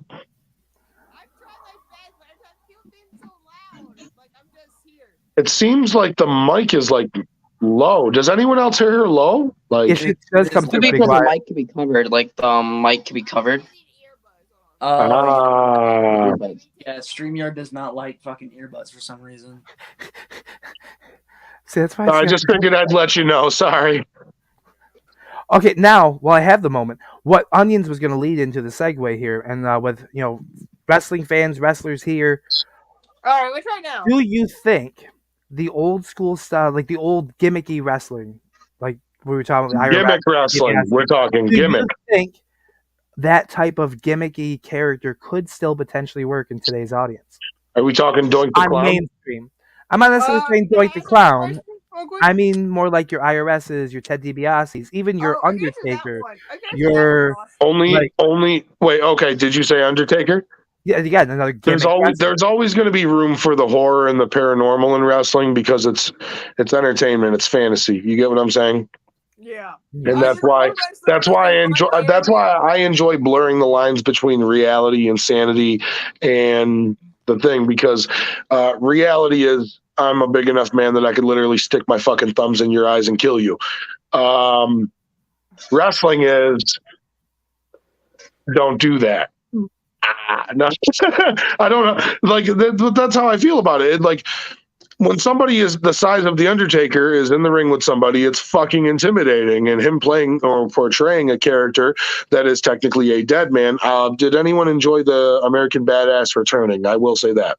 I did actually, only because it was a brave moment. Did anybody wish it was Limp Bizkit instead of Kid Rock? No, actually. No, only because American Badass was the initial one when he when he looked goofy. So like that's I why would say the front did look kind of weird, but I kind of liked it at the same time. Like when it first started and it looked like it was going to be the Undertaker we're used to, I was like, I mean, okay, cool. I mean, it'll still work, but we get to sit here and wait 30 fucking minutes for him to show up, and then the fucking American Badass shit is. And we still had to wait 30 minutes for him to come out because he had bike issues behind the. Oh yeah. It's just funny because and then you just like barely see like the front wheel kind of like slowly coming out. I told the person I was watching with, and it sounds stupid, and I know this is always going to sound like it's talking shit, but if somebody comes down to the ring on a motorcycle in that tight of a space, reality is I'm probably going to get out of the ring and beat the shit out of you while you're on that thing.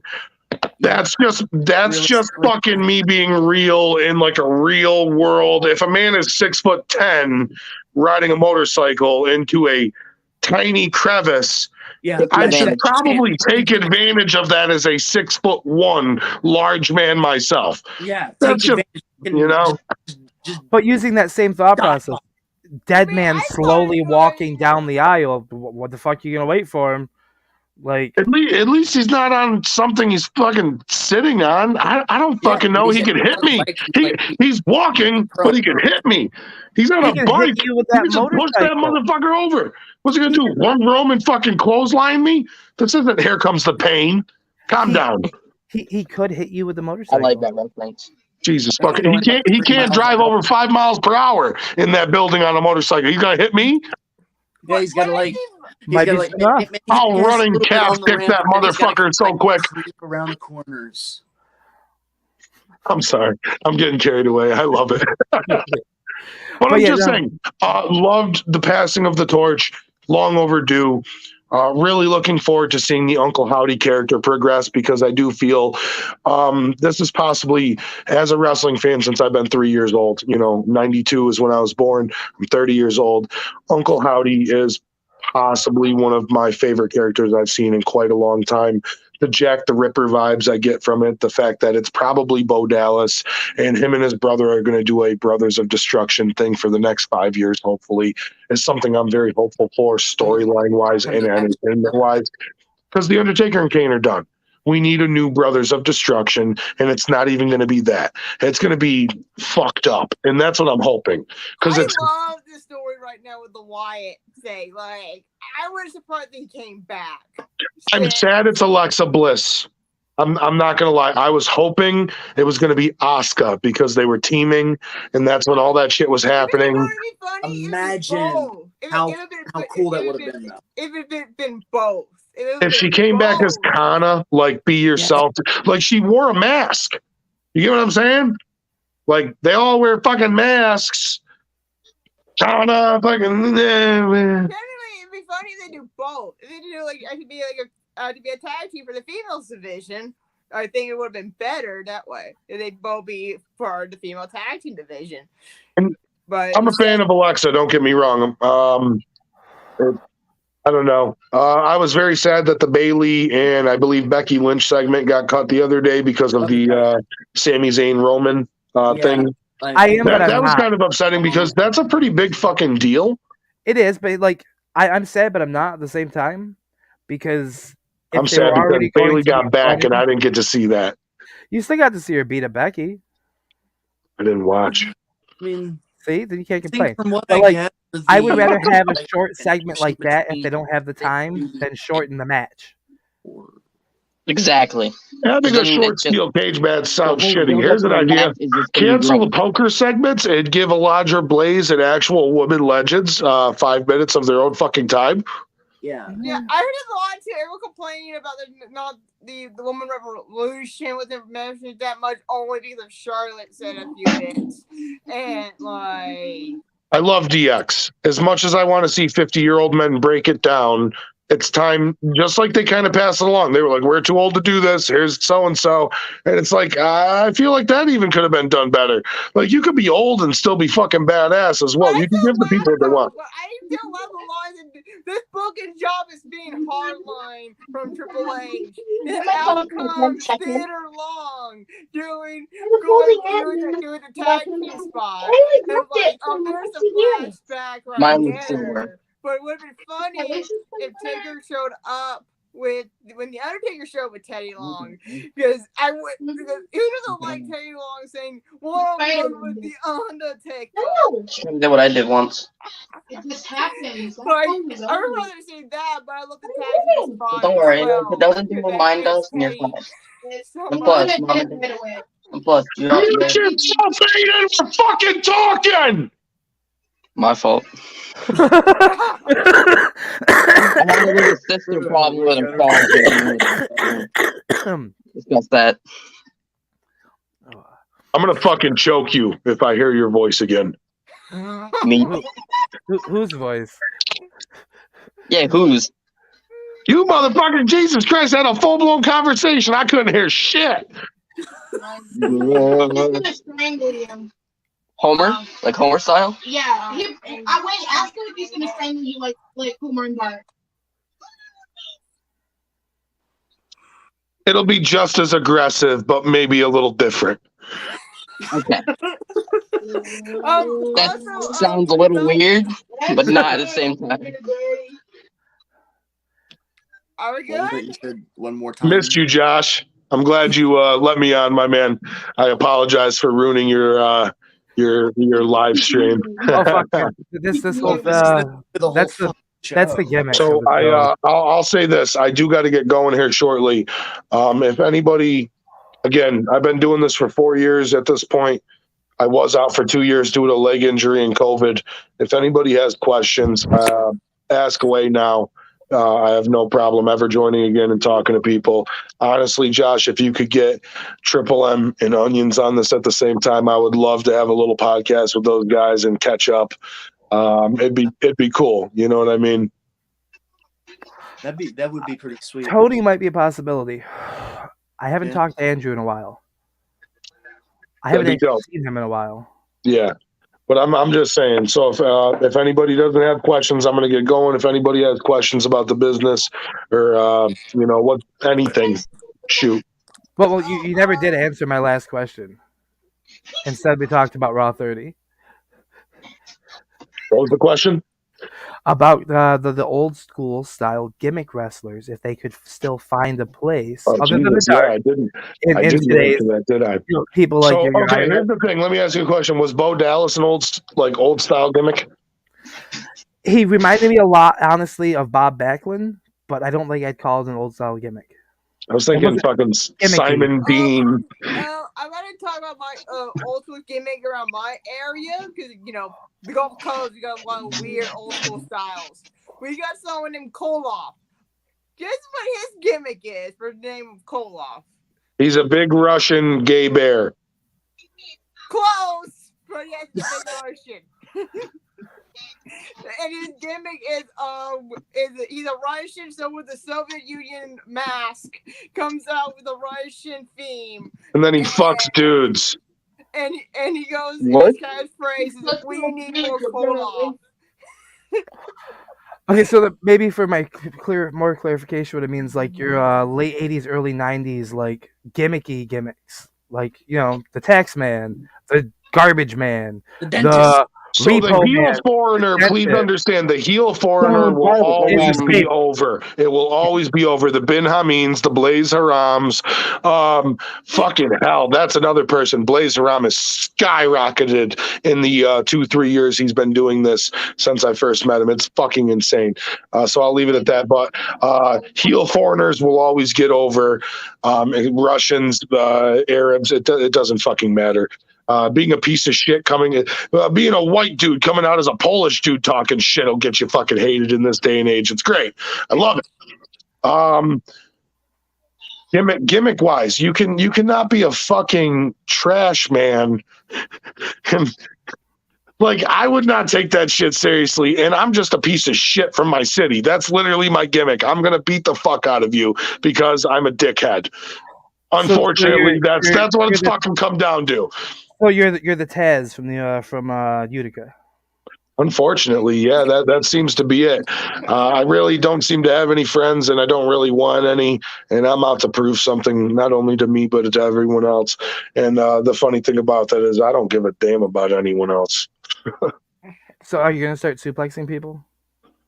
I've been suplexing people. Stupid. No, I mean like all over the place, like. That would be the smart thing for a 300-pound man to do, right? My size. Yeah, I should probably start taking a little bit of liberties and exercising my right to be legitimate when I can be. Throw some motherfuckers around. To do their version of Suplex City, or to go to full submission moves on them, or like do what Taz does. I'm telling you, man, a 300+ pound man with a nice belly to belly. Oh, the belly to belly is my signature. I don't know if you knew that. I did not actually, but like a nice belly to belly from a big man always looks good because mine looks pretty good. The Bobby to belly always sells. Bobby to belly, love it. Okay, yeah, I did know that because I think one of the last times we talked, I was talking about belly to belly suplexes. I have a thing for him. I always wanted to do the Steiner version where you kind of do a jumping hop step, but when I began, instead I would lock the arm. I would pick them up and I would carry them in the middle of the ring and almost like Shelton Benjamin T-bone belly to belly them, like that big over like the body shit. You know what I'm saying? And the reason I started doing that looks like a power slam. Yes, and the reason I started doing that is funny. It's because wrestlers are pieces of shit and sandbag you, so they're going to go over either way. Fair enough. Yeah, that's and a nice brain buster. My favorite. Oh, man, see, I feel like I could nail a brain buster so well because my back suplexes look so good. When you go up, it's that old 2001 Chris Jericho style. You go up and that motherfucker just drops out and the body just falls. That is kind of what I get going for the back suplexes.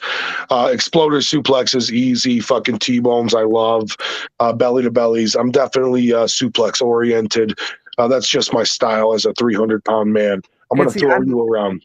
I'm just using that bastard part, right? Using just that bastard part. The bastard, this bastard, like nasty bastard from Utica, whatever. That concept of just that brain buster, the vicious looking brain buster, just because you can. Well, and that's exactly it. And you're going to get that every single time I step out of that curtain. When I hit that curtain, it's not going to be this civil man you're talking to right now. Even though I'm kind of a dickhead, still making fun of AB and his dirty little fucking man boy mustache. And you did threaten to strangle a minor. I did. I did. I'm okay with that though, because I'm not afraid to fucking hit children. No, that's horrible. Oh God, I'm gonna get canceled before I even get a chance. I mean, I did super kick children on screen for promos. That's amazing, by the way, and I condone that completely. Hey, we're doing in bed I am in called Madhouse. We're doing a storyline called The Child Factory. All right. Oh my God. So does it involve a vagina and a prostitute? It involves Mason. Actually, no. I suppose a prostitute wouldn't be involved. A prostitute's business would probably go downhill if they kept getting pregnant, or a porn star. So maybe just a whore. So you would think. But no. Then again, men don't care. We're horrible. described is basically pagan god magic. Well, that's all we're going to explain it. They come, the baby comes out of thin air from their blood or something like that.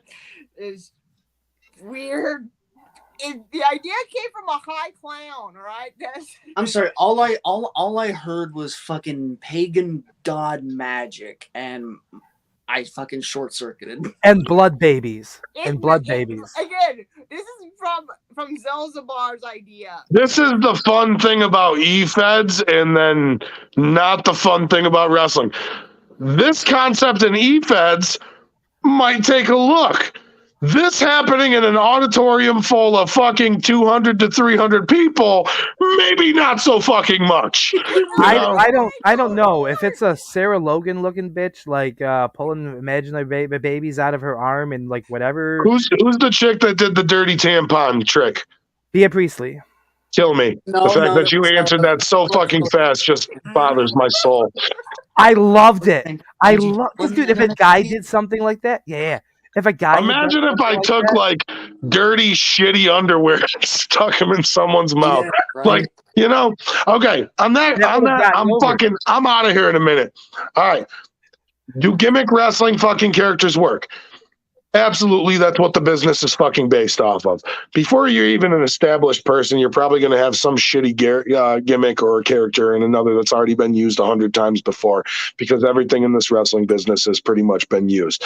It's very difficult to be creative and come up with your own thing, but when you do and you're able to capitalize on that, I suggest you absolutely do just that. The question was whether they could get over. Yes. Yes, look at Fandango. Like, you get what I'm saying? As the head, the face of a brand, could you see like that is the face you're looking at on marketing for your wrestling company? This isn't the '80s anymore, and unfortunately, yes, because of John Cena. Yes, I suppose you could say he's a walking gimmick. I'm sorry, but yes, John Cena was a literal fucking walking contradiction of a gimmick. It was fucking terrible after fucking 15 years. He's like 40 years old. He's like, fucking hustle! Like, I couldn't deal with it. Here's the thing. I hated him so much from the year 06 to like last year. Yeah, like last year. Peacemaker helped me. And I love John Cena now. And I think he was an absolute detrimental part of the business. And whether he was a good guy or a bad guy, he was a bad guy to me. So he didn't even need to turn fucking heel, apparently, because I always wanted him to bring back the NWO 2.0. That's just me. Hollywood Cena would have been the greatest fucking thing ever, and Bray Wyatt kind of touched on that even. And so much potential wasted. You know what I mean? Especially for good storyline. And that's the thing. AB, calm the fuck down! Good storylines. Good storylines are available. And I'm not sure if any of you are familiar with Adam Blampier from What Culture Wrestling, but he has a show called How I Would Book. I highly suggest you watch. Yeah. I watched his one for the Nexus thing. Well, he's got about 70 more, Brooke. You should look at him. Now he's doing. I love the Nexus run because it was like. I was a huge fan of Husky Harris growing up when he first came to the scene. I love that you said I was a huge fan of Husky Harris growing up. Well, NXT was still new when I started watching. Are you fucking 17? 25. Oh, Jesus. I'm so old, Josh. I'm 30. I'm going to die soon. And here we are back to the same spot for the third time tonight. But also, so basically, people don't remember Husky. That's the thing. So yes, they do. They remembered him the first time he debuted as Bray Wyatt, and people were yelling Husky Harris. In my last fucking match, someone yelled Husky Harris. They remember. That's kind of funny. That's kind of funny because the Rome crowd's also the one that labeled me cheap Bray Wyatt in the audience. I remember that. I've literally had chants at old 2CW shows directed at me, cheap Bray Wyatt, because I was booing the captain. My shoe was once used on a prosthetic leg as a weapon by Eddie Edwards. Yeah. Nice.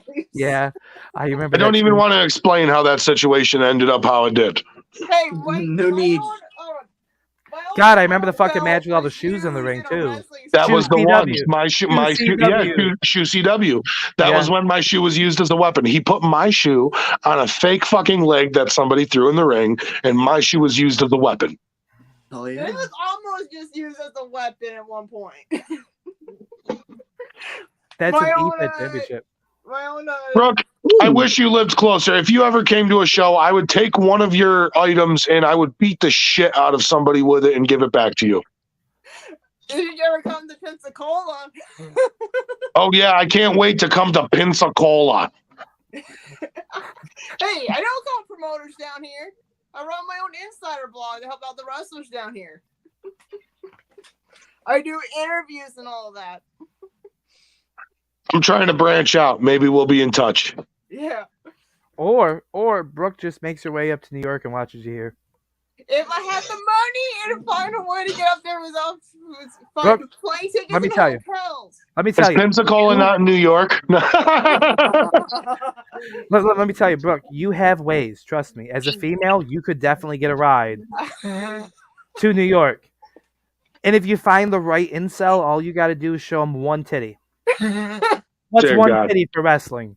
On that note, I'm fucking out. Ladies and gentlemen, it's been talking to you guys. I appreciate the network to fucking speak my mind.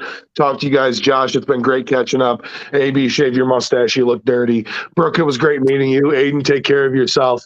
And hopefully I can do this again sometime. Do me a favor. Reach out to Onions. I don't even remember what the fuck his name was. Reach out to Andrew.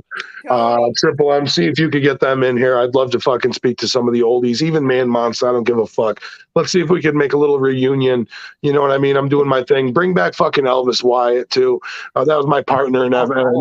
No, dude, I'm still friends with him. I love him to death. It'd be great to speak with him again because it's been years.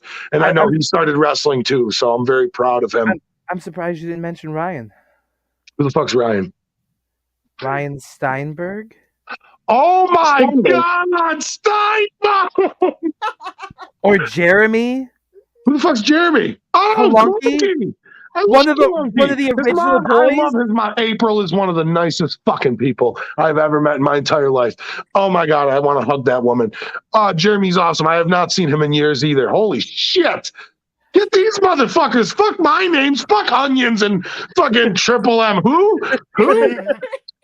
You know, I'm just saying. Reach out to me, Josh. It's been great catching up. Please take care of yourself. Take care of my fucking cat. I love you to death, brother. Thank you. Oh, he moved. Take care, guys. Peace. See you later, man. Adios. Well, fuck yourself, baby. Bro. His last word. I'm not the one being picked up for once. Normally I would get picked on in other I'm the designated fucking punching bag of this fucking show. Yeah, we might have to change your name from AB to PB. Yeah, exactly. Fucking punching bag. Yeah, you're leasing it that you could handle it. I was thinking PB for pale bitch. That works too. Even whiter than me? Oh, that's a good question. I don't know. We might have to have a pale off. Probably. Pale. See, you can't see Aiden because he is so pale the camera doesn't pick him up. Hey, how did my phone die? That's great. Ooh, hey. Oh. But yeah, so I think we were on the final four of the Rumble. Oh yeah, right. Before the diversionary tactics of one bastard of Utica, Mr. Bates of Bobby. Oh my God! I got a great idea for him. What? He should take on a sleaze style character, right? Change it up. Come out like rubbing himself like Big Dick Dudley style in like oil, right? And then he could be like, Bobby Bates all over you! Lord. Oh God! I don't know. These days, I think the horny man character doesn't really work anymore. That's exactly why it does. Okay. That's exactly why it does. Aiden's phone was dying. That's exactly why that character works. Because of all the shit around wrestling lately. because it's believable and it's relatable. It's probably worse for doing being part of Effie's group, I guess. When you go work with Effie. I don't know who Effie is. These are big, like one of the indie starlings I found around here. Oh, okay. Yeah. But yeah, Final Four of the Rumble. Who are they gonna be? Okay. Ooh, that's going to be interesting. Yeah, they'll probably Cody's gonna be there. Probably. I could see it. It would be shock. It's not gonna be Kevin. Kevin's the main event. The Rumble's not the main event, is it? I don't know. I don't think they've announced that. I don't know that they ever announced what the actual like quote main event is, but I assume. It assumes that Roman will probably be main eventing. Yeah. So if that to be the case, I might say Wyatt. If he does the Rumble, because again the blackout match is going to be a cinematic, so they probably already got that thing recorded already. So, see, if that's cinematic, I'm gonna be pissed. You don't like any more of those? I have been waiting since when did Bray come back? Fucking October? Yes. I've been waiting so fucking long to see him do something else but stand there and fucking talk. If all we get is a goddamn cinematic, I'm gonna be pissed. It's still fun. I mean, but what if it's something like a Taker Styles cinematic? And plus, you know, that was done well. You got people who are probably, you know, they're not being upfront about like it being whether it's a cinematic or an actual match. You probably got people who are buying tickets possibly to see Bray Wyatt in person. And if he's not there, if it's just a fucking you're watching a fucking movie on a screen, people are gonna be mad. But unless they both end up in the Rumble. But he might be popping the Rumble and do. I mean, maybe, but I feel like it's gonna be one of those things. I feel like this is gonna be one of those matches where I don't know if I see Bray doing double duty. I don't know because I don't know. There's part of me feels that there's a reason. Welcome back, Aiden. Yeah, my apologies. My phone just wanted to die randomly. Oh, fair enough. Yeah, I did hear you mention that. But part of me feels there's a reason why he hasn't done much physical. I am curious to see the match as well.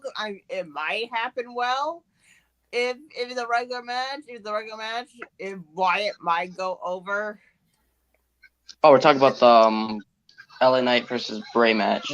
Mountain Dew, it's black. Through a roundabout way, because we went back to what we hadn't finished before about the Final Four and the Rumble, and Brooke thought about maybe Bray, and that's where we went to because if the Pitch Black match is a cinematic, then you know they've already filmed everything. I found from what I just did some research while you were talking is the only thing they've openly stated is that there will be neon elements involved in the unique bout, and there've already been run-throughs for the match taking place. That gives me the impression it's something that's going to be live, but it could just mean no different than rehearsing, and then they film. So there is no close. It starts cinematic and then eventually becomes like live, like it kind of like a. Like that one. I hated it, but I loved it. Bray Wyatt Orton match with the House of Horror. To be honest, for me, when I first saw House of Horror, because I thought to be at the actual Wyatt house from his cult leader Wyatt days. Thought that was basically where like Sister Abigail like hands and clues of the lore of Wyatt more was in the house or something like that. That's when I first thought of the House of Horror. But it does like there's a random stuff like, oh, there goes that dream right there. Because like I love like in character lore stuff. Like it's interesting how they built the character with more lore they have. Like the whole split personality trait with Wyatt with the Fiend. The Fiend, and now with the Uncle Howie and Uncle Howard spot. Do we know if those two are split personalities with the uncles, or were they supposed to be similar? That's actually one of the things I like is that I like that we know some but almost nothing at the same time about what's happening. And the reason I like that is, think of it this way. We were just talking right now, a little while ago. Oh, well, what we're hearing is this match is going to be this. We're hearing this. Earlier, we were talking about what rumors have been going on for weeks, for months in wrestling. This is something that we don't know a goddamn thing about. And it's pissing the people off who are used to having all that information before it even airs. But if you're just sitting back as a fan, and not an internet fan, a fan of wrestling, and you're watching wrestling, you're like, the whole idea is that you're enjoying what you're watching. You're getting sucked in. You're not looking at who has beef with who's doing what. This is one of those things where you know nothing. We've got speculation. We've got rumors. Sure, people are still talking about it, but there's been nothing. There's nothing. We don't really know what they're doing. Be honest, there was one, but back on the Fatal 4-Way part, if we make a surprise entrance in the Rumble, like they did some spots in Japan recently for WWE. If Hunter is capable of bringing some people from Japan. That brings me to this. Who thinks there's a small chance that NATO shows up at the Rumble? NATO? I heard it might be Jay. I heard Jay White. Yeah, I could see Jay White. Well, NATO is officially no longer under contract. Oh, yeah, that's true. He is working on a pay-per-appearance basis. He's freelance. So technically he could. So even if it's just a one-off thing, just for a pop, like a Forbidden Door moment, like there is that possibility. Like, and that's kind of exciting because like Shinsuke was just in Japan. It's obvious they're okay with working with Hunter. Like, yeah. So, and then there's still also the other whole factor is we still have no fucking idea how, what is going to happen with the Vince situation. And yet his third lawsuit is against him at the moment. So right now, it just is like 3 separate entities. We're not selling the company. Vince is just screwing his own self more. So let's focus on Hunter right now. Let Hunter do his shit and let him control the company for a while. He's the one who basically made the company a lot more better than it was since the whole incident happened.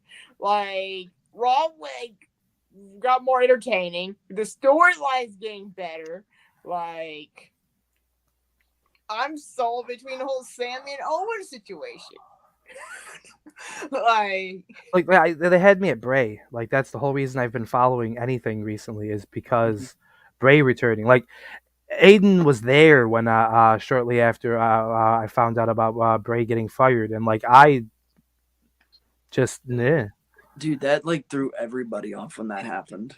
Same thing with me and my friend Fox. He is a huge Wyatt fan, and when Fox found out that what they did with Wyatt, oh man, you know he was pissed off about that. Like, you wasted someone who's talented, good storytelling, and a mastermind in the ring.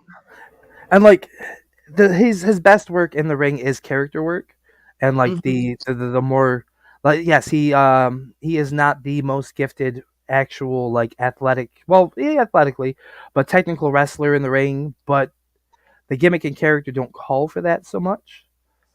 And like, if I see Wyatt compared to his family members, he's got to get better gimmick style-wise as the IRS man. When he was his father being IRS man, you believe that he is the real IRS man.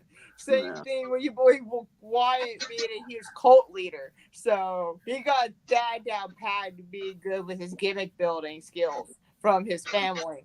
And like, some people forget that he was part of a huge wrestling family. Yeah. And so... But we did get back off topic again on the floor. Okay. but on the fourth pick is probably... It's goddamn it Brooks' fault. Yeah. Either Wyatt, Cody, Wyatt, maybe Sammy. And a huge shocker is probably... Oh my god, if Blakey watched this, I might be happy. Austin Theory as a shocker. I could see him being in a Final Four. Yeah, I could see Cody, Theory, Lashley maybe Lashley, and while I said earlier I doubt Bray will be in the Rumble, I could potentially see LA Knight. I'm surprised no one's even thought about someone like, well, I know AJ's not, I don't know if he's clear AJ's yet. got a fucking broken ankle. He ain't back. Yeah, he's out. He's out for Mania. He's not going back until Mania, no. Okay. Wait. Or it's gonna be one of the Good Brothers or something like that, or hell, you might have Finn or someone. I could see Finn. Dominic. Actually, as a shocker. How about this? In the Final Four for the Men's Rumble, the winner of the Women's Rumble, Rhea Ripley. Yes. That reminds me now, because isn't there word going around that Finn might be on the verge of getting a big push this year? I've heard that. I hope he does. They're supposed to have a feud again with Edge, bring back the Demon, but I feel like you guys kill the Demon when you have no Roman. more Demon. No more Demon. That's done. That was they butchered the whole Demon thing. I don't know. A Judgment Day Demon would be different. I was a fan of Demon Balor, but like. So was anything with a slip between their legs.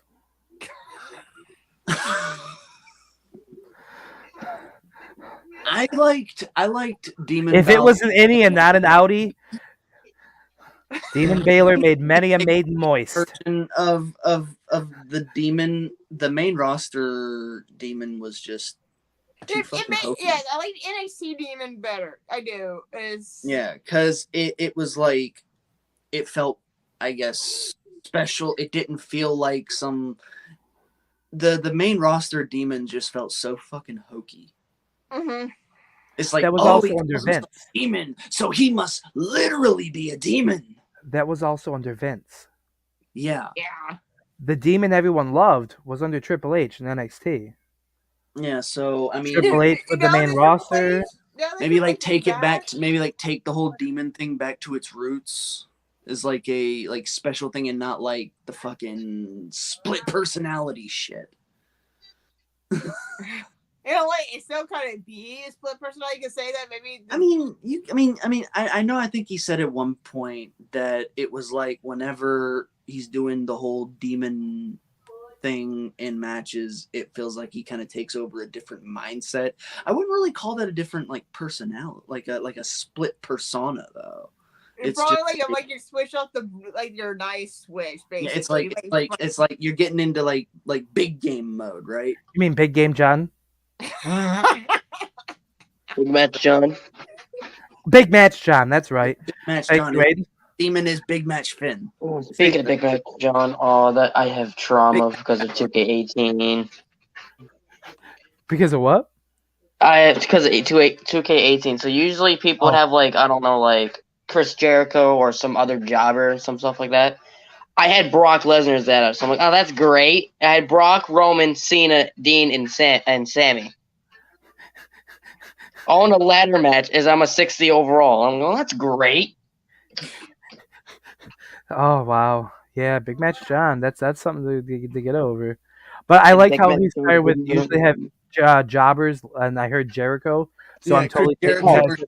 I said Jericho there, and then said some jobbers Dario Tonga. No, not Dario Tonga. That one dude, I can't remember. He was in Pride Time. No, wait. Yeah, Pride Time players. Darren Young. Darren Young. Then Enzo More. No, Enzo More. Gay Black Cena. Gay Black Cena. Darren Young. Yeah. He was no David Otunga. David Otunga. He was the Warrior Lawyer. Hey, remember when they were going to make Darren Young great again? Oh my God, I forgot about that.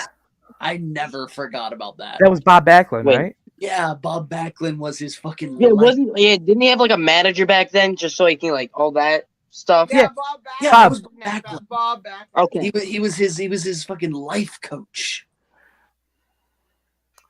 Yeah. Let's make Darren Young great again. He'd have to be great to begin with. Man. Oh, I forgot about that one. Yeah. totally forgot about that until just now. Yeah, but we still haven't finished everyone's final four. True. Yeah. We're still AB Now had started. Just hearing everybody's, now I'm like probably like changing mine. Because I'm surprised Bobby Bates is the only one that thought about Drew McIntyre. That's true.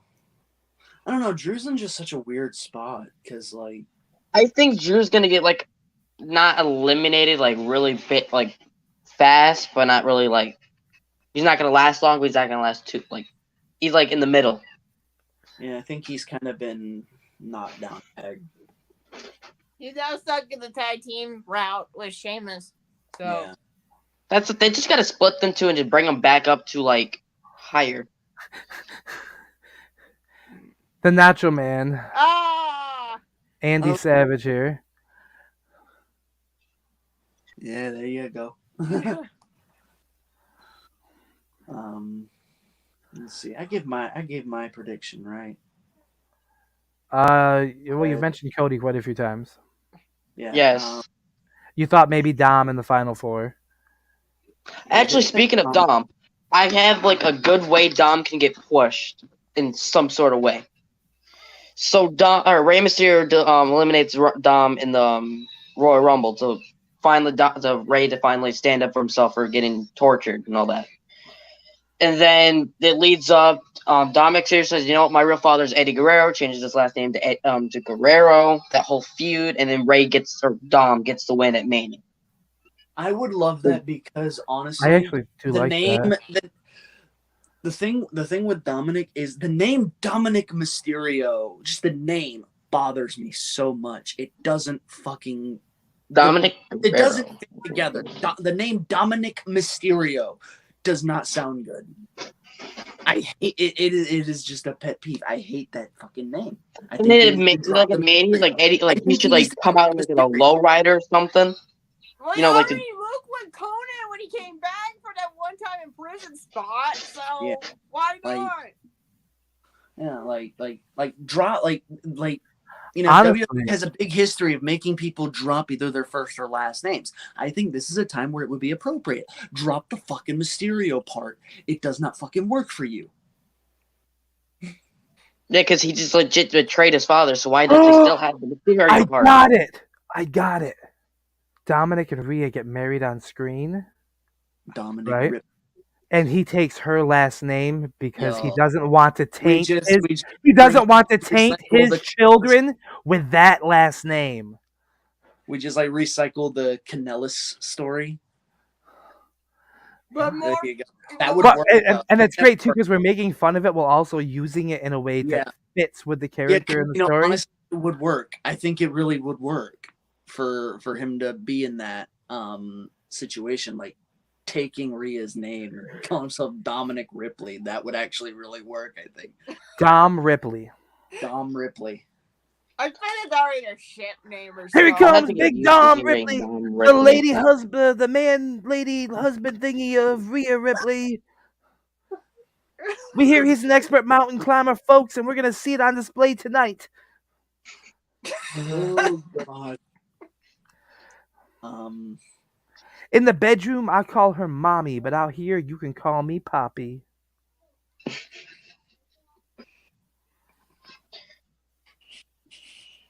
Oh my God. Right into He's trying to steal my 2 Poppy gimmick.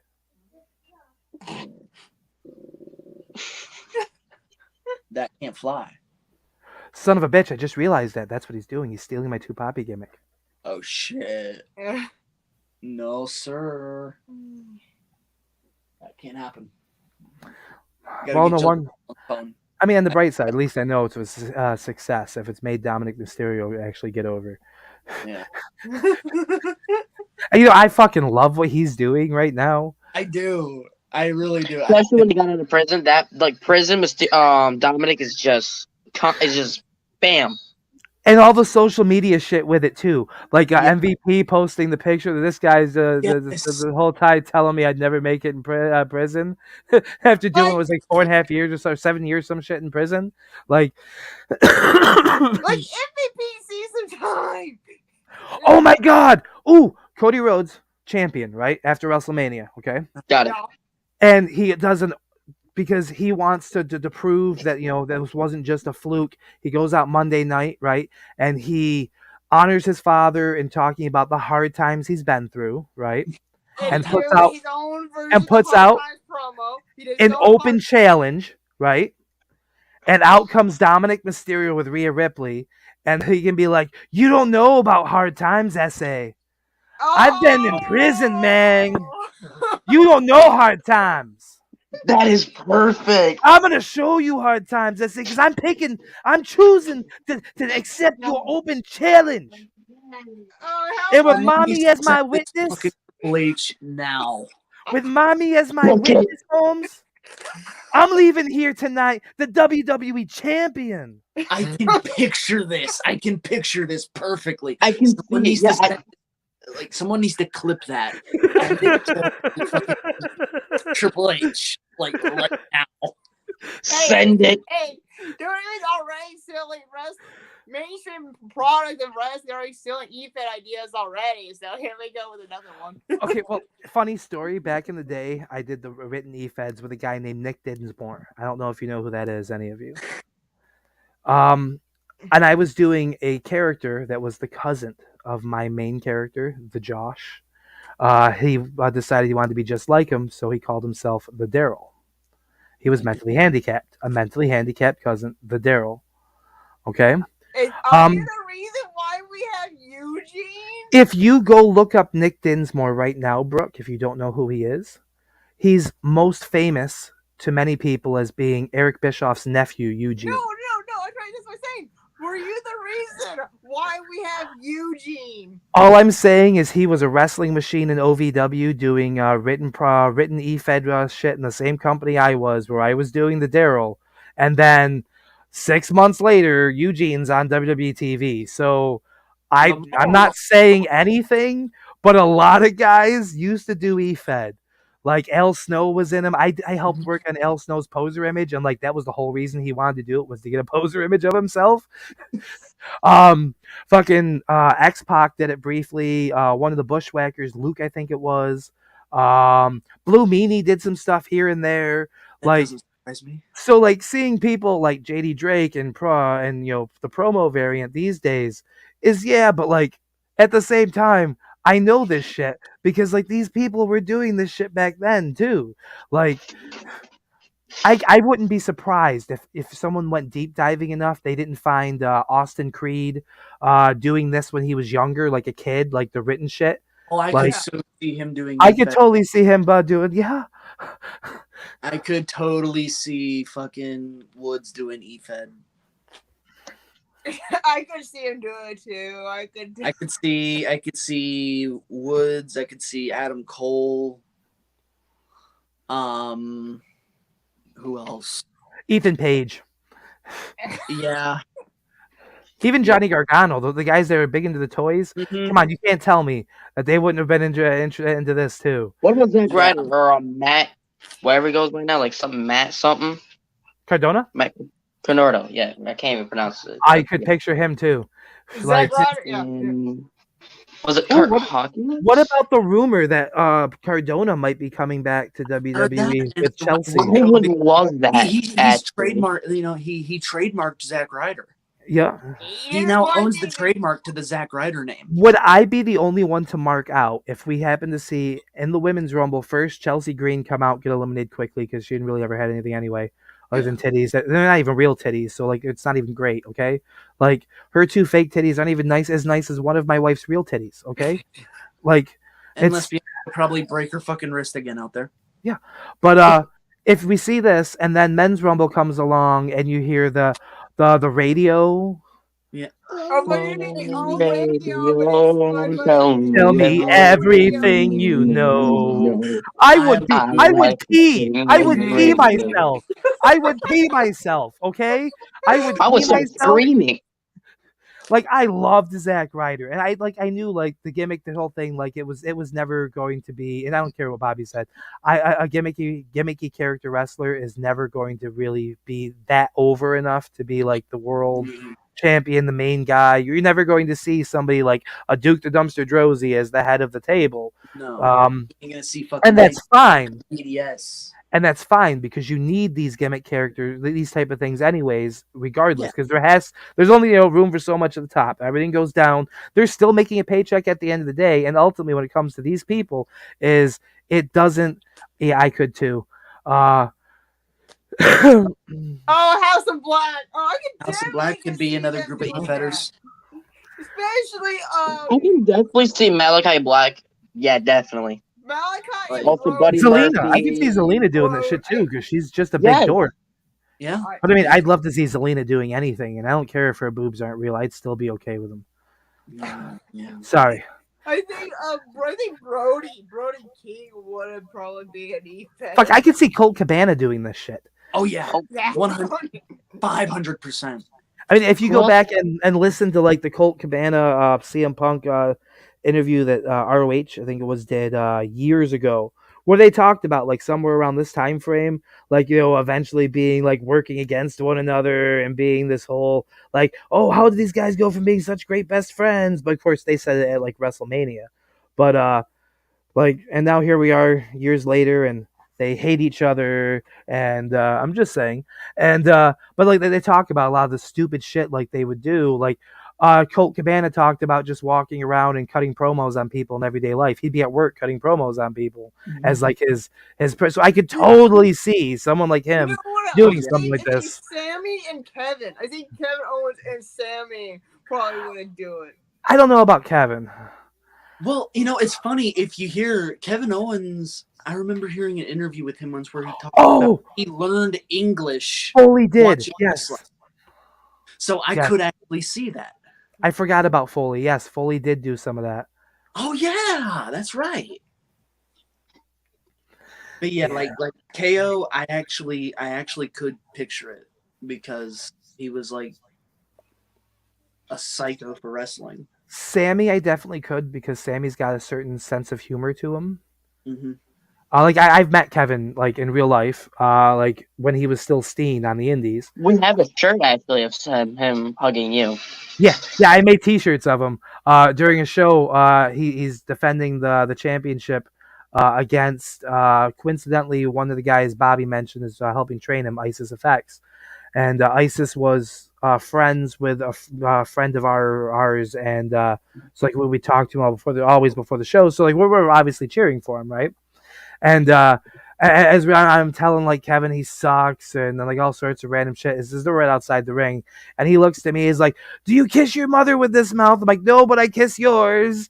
And he turns around and gets kicked from Ice because he's running. So he just flops right on me.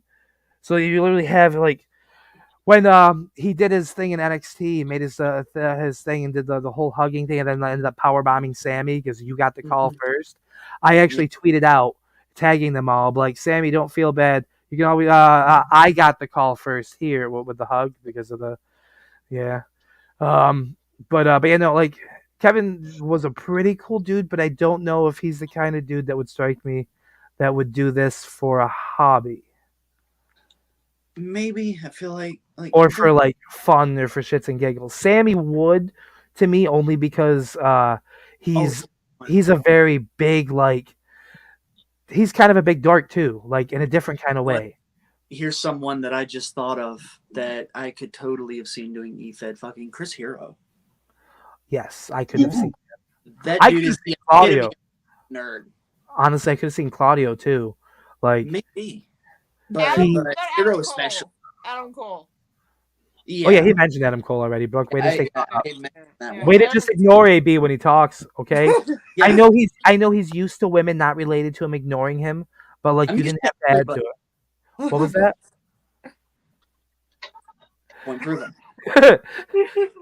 We could never ignore you, Dom. You're our favorite part of Monday nights. I'm sorry. Oh God, you call him Dom.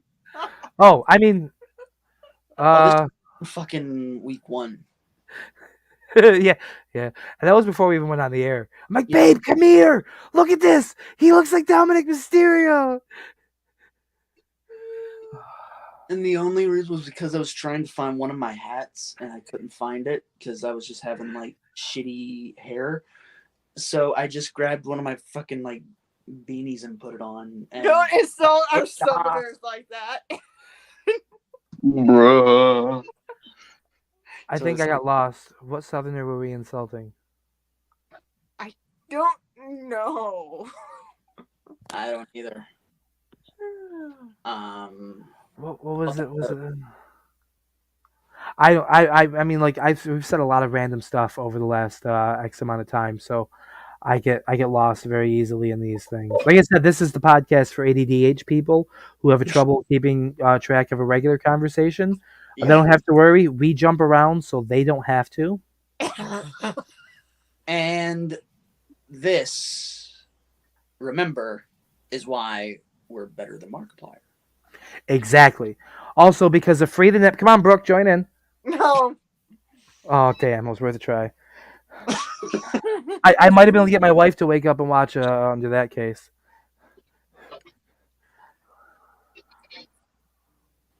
About women not related. I'm confused with that one. I don't know what he's talking about. I don't know. I don't know. I think you might be talking about when you said something about AP, like not having like someone like he was related to, only acknowledging him or something like that. Oh yeah. Oh yeah. No. I meant like they'd be willing to not ignore him, like listen to him. I didn't mean it in a sexual way, but he is in Kentucky, so. No, we ain't. Yeah, that's. Honestly, I say this all the time. If you want the real Insta shit, go to fucking West Virginia. What about Alabama? Oh, that's where. West Virginia. That's where Zelzy's from. Alabama. Yeah, Zelzy's from West Virginia. Is he really? Yeah. West Virginia. Shocks me. So is Chad. For some reason, I thought he was like from like the fucking UK or something. So is Chad Bartlett. Zelzy is all the way from West Virginia. Wow. Well, West Virginia. Is Kentucky Midwest or South? That's. It's like right on the fucking border, bro. It's like right in the fucking middle. AB, was that right at the border shop because I have a Mexican wife? Are you being racist? Are you offended? I think it is, dog. Huh? Are you offended? Tennessee is like, wait, what? It's the top. It's the next state over. Speaking of drink, let's go grab one real quick. I'm trying to remember if Tennessee is the next step after. Yeah, it's like further like right. Are you being funny? Have you ever had a feud with Nick White? You know, that almost happened once. I almost actually met Nick in person. Years back. But you weren't suicidal, so you didn't?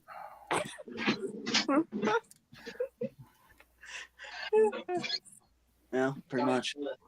I always wanted to go up the other states. Speaking of, south. Does anybody know when XWE does their results? I think it must be tomorrow. Oh. It like is X what how does XWE work at this point? Because I don't even know that. I think it's doing like bi-weekly. Oh really? Yeah, so it's like every other week. Well, I mean, are they the comp? Are they the story? Are they hybrid? Nick White told me about one of the matches I had with Casey Campbell for the title. It was storyline, so those got to be story as well. And I thought it was something interesting for my story for XWE is going to be fun. Okay, that makes sense. Yeah, I think it's definitely more story driven here. That's what I thought. Who were some of the famous Kentuckians? I only know Ali and Cornette. That's from Nacho. Ricochet. Mother, Nacho father. Ricochet's from Kentucky. Ricochet is? Yeah, he's from Paducah. So wait, Buttfinger is in the from Kentucky? Yeah. You know, isn't fucking Dinsmore from Louisville? I don't remember. I was Ricochet from from Brooklyn. I don't know why. I always just had that vibe. From where? Or something like Brooklyn. Oh, Brooklyn. Or hold on, another city like that. Yeah, Ricochet's a Kentucky boy, which is fucking hilarious. You'd be surprised what kind of wrestlers came out of your states. That you'd be surprised they're from. Good old Paducah. But you know, a while back, I wanted to make a meme of a Butterfinger, right? Yeah. Use the Photoshop to sort of bring the butter part down and remove the ER, so it just said Buttfinger, so about an open style Butterfinger. And in place of the Butterfinger candy sticking out of the wrapper, I wanted to put Ricochet's head. And I thought that would have been a great meme.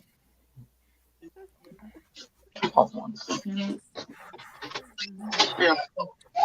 That would have been something. That would have been something. Yeah, I never did it. I'm assuming I'm this man.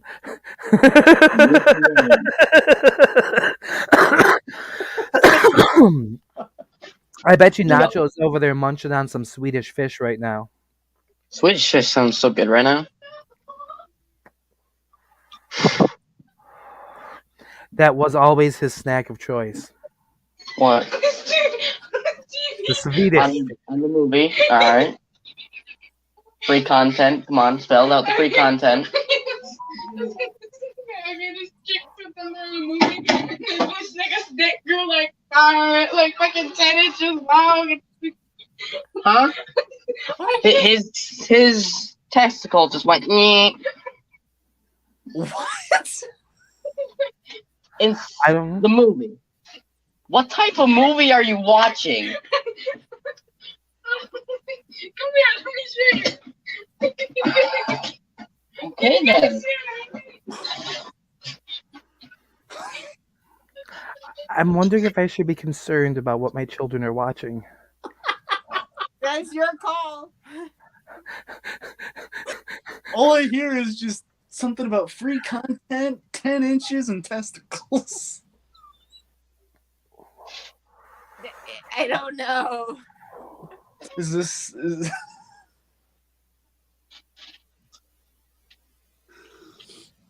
I guess we're not the only ones on the hub. Probably not.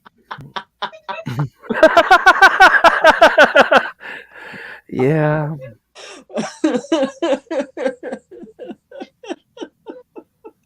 Jesus Christ. So I guess my turn, Final Four in the Rumble. Oh yeah, right. I could see Drew. I could maybe even see Damien. You know, I didn't think about that one. Because, like, I feel like Damian Priest is becoming a more likable character to me as time goes on. He was kind of like, he felt lost for a while, but lately I think he's finding a real good groove. Judgment Day has been good for pretty much everyone involved. I can potentially see Cody and I can potentially see Seth. Mm-hmm. But Austin Theory is another guy. The reason I say potentially is because depending on what their plans are, I could also see like Cody and Seth starting the Rumble out, right? And imagine going ring and ending Rumble. That would be crazy. Well, I could see him starting the Rumble and then one of them, like Cody, getting the better of Seth again and eliminating him, like say in the last, like around entrant 25 time frame. Right? Cody getting pissed off and coming back. Not Cody, Seth getting pissed off, coming back and pulling Cody out. Mm-hmm. Like they haven't done that in a while, and like that would be a good little. See, I do not envy Cody in this situation because admittedly, when he had to go away for the injury, he was on top of the fucking world. But now, like, and Seth was like fucking unbearable heel at the time. Now he's fucking over his shit, and then you got Sammy coming up. This dude is up against the fucking wall, and he's in the Roman. He's in the Batista place. I feel like this could be a fucking. I brought up Zayn and the Daniel Bryan WrestleMania thing. Cody could end up being in a fucking Batista situation here. Yeah, he could be Batista in this situation. It'd be funny if he were a completely full what's going on? blue, be like blue Cody. Batista, but be a blue Cody instead, or full Bring Back Stardust.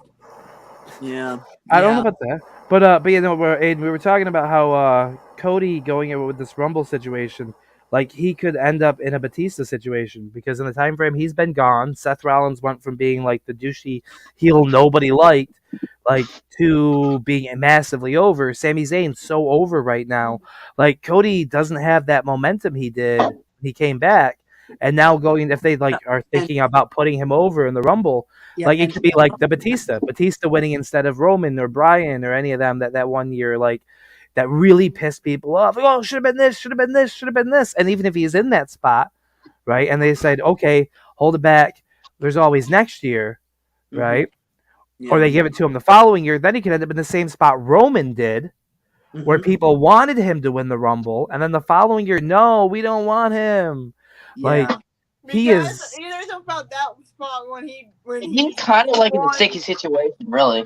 The reason why my envy his position on why they did not want Roman to win that particular Rumble is because they still were starstruck, still want Daniel Bryan to do it again. They want how I see it because they want to see Daniel finally get his rematch, being the underdog story again. Because since the whole screwing over Daniel, that's what I think what happened. But talking about the 2015 Rumble thing. Yeah. If be honest, if Roman did it, it would probably won the one he supposed to win. That'd probably been a huge, interesting story for the Shield at that point. Like already building like a bit of a wedge between it. I'm so disappointed for WrestleMania 30 because they should have been Wyatt family against the Shield instead of the Road Dogs. I was there for 30. I was like, Yeah, Mania 30. It totally should have been another Wyatt Shield 6-man. Yeah, they never did it. It shouldn't have been fucking Shield versus Authority and Bray versus Cena. They never had a Shield versus Wyatt all those years that have them feuding with each other. They had other pay-per-views except for the biggest one. They still made me feel pissed off. They're never going to get it. We're never going to have Wyatt family. They never faced the Wyatt family in a Mania. Not okay. I was about to say they definitely fought before. but Mania, no, they didn't, and they really should. It could be an eventual story for when Bray eventually becomes the champion over someone. Like could be used even with like Roman or Seth. Either one would work as promised members of the Shield. Like Roman would have been the bittersweet one because of the Universal title run being ended by him. But I also heard a rumor that they tried to have him be Bruno's record at one point. That would be way too long. He already broke Gunther's record for his NXT title run for the UK title. Yeah, but nobody talks about the UK title. Even when he had it, they talked about it. It's gone. It got fused with the NXT Championship. So Braun Breaker. I knew they had a UK brand. I just never had. I thought it was just like a. Pete Dunne. Like AEW has Rampage and Dynamite. Yeah. Yeah, no, UK did have its own show. It was on WWE Network back in the day. And they had the UK Cup. Pete Dunne was originally over there for a while. He was a really long-term champion. Oh, yeah, I remember that. Okay, I remember now. Because didn't he beat Walters on record? Or did Walter beat his record? I think Walter beat his record. Can you still hear me? Yeah. Yep. Okay. I had a thing go off on my phone, and usually when that happens, my microphone goes to shit. Well, you went to black for a moment, and then you came back. You went to black and came right back. I guess I didn't turn my alarm off because usually on work nights I'm waking up right now to start getting ready to go to work, so my wake up went off. Yeah, my alarm to get out of work went off a little while ago. Oh man, dude, you're waking up as I'm getting home. Yeah.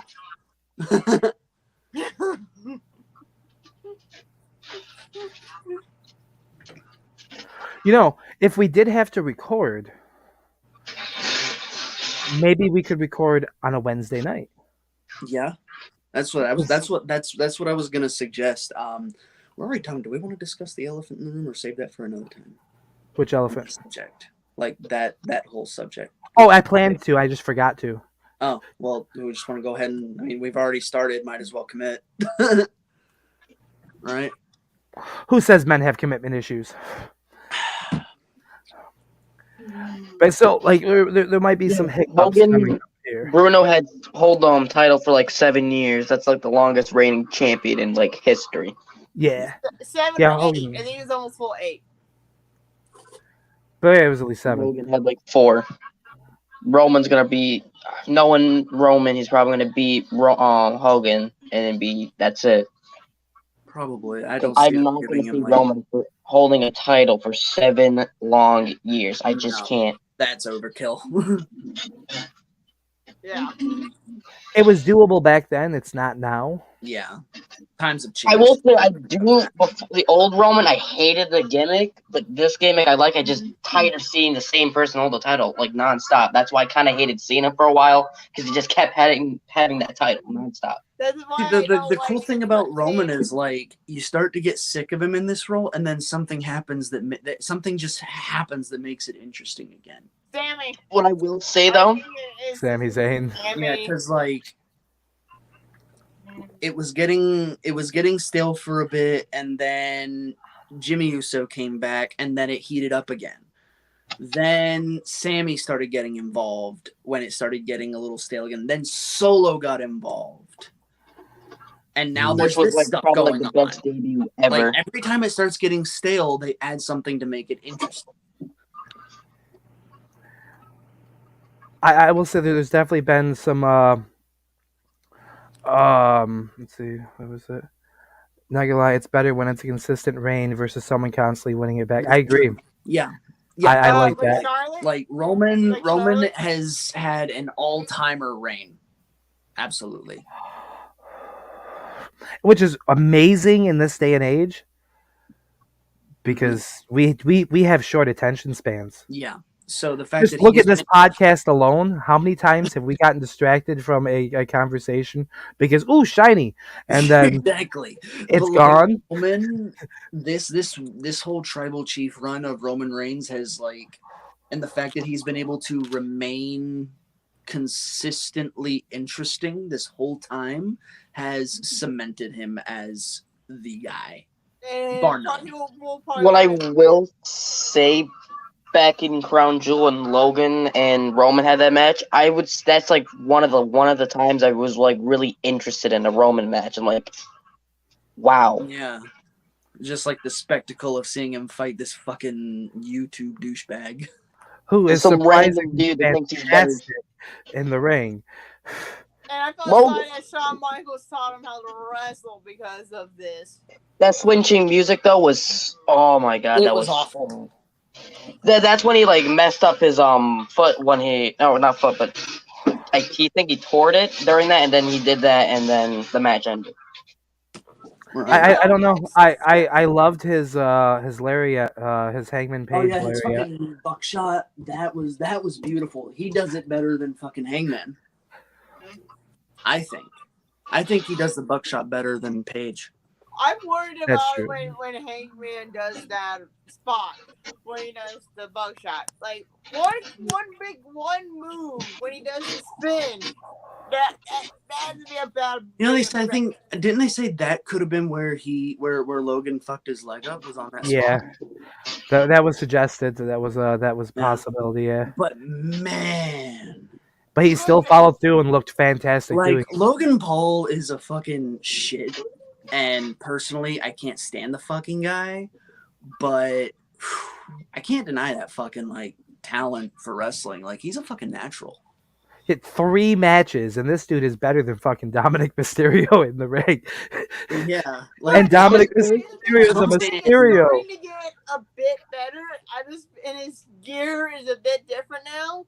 But I just feel like the shirt needs to be changing because that's still the same shirt style you want to see with his dad. He needs to go back to that Eddie Guerrero singlet he was wearing for a while.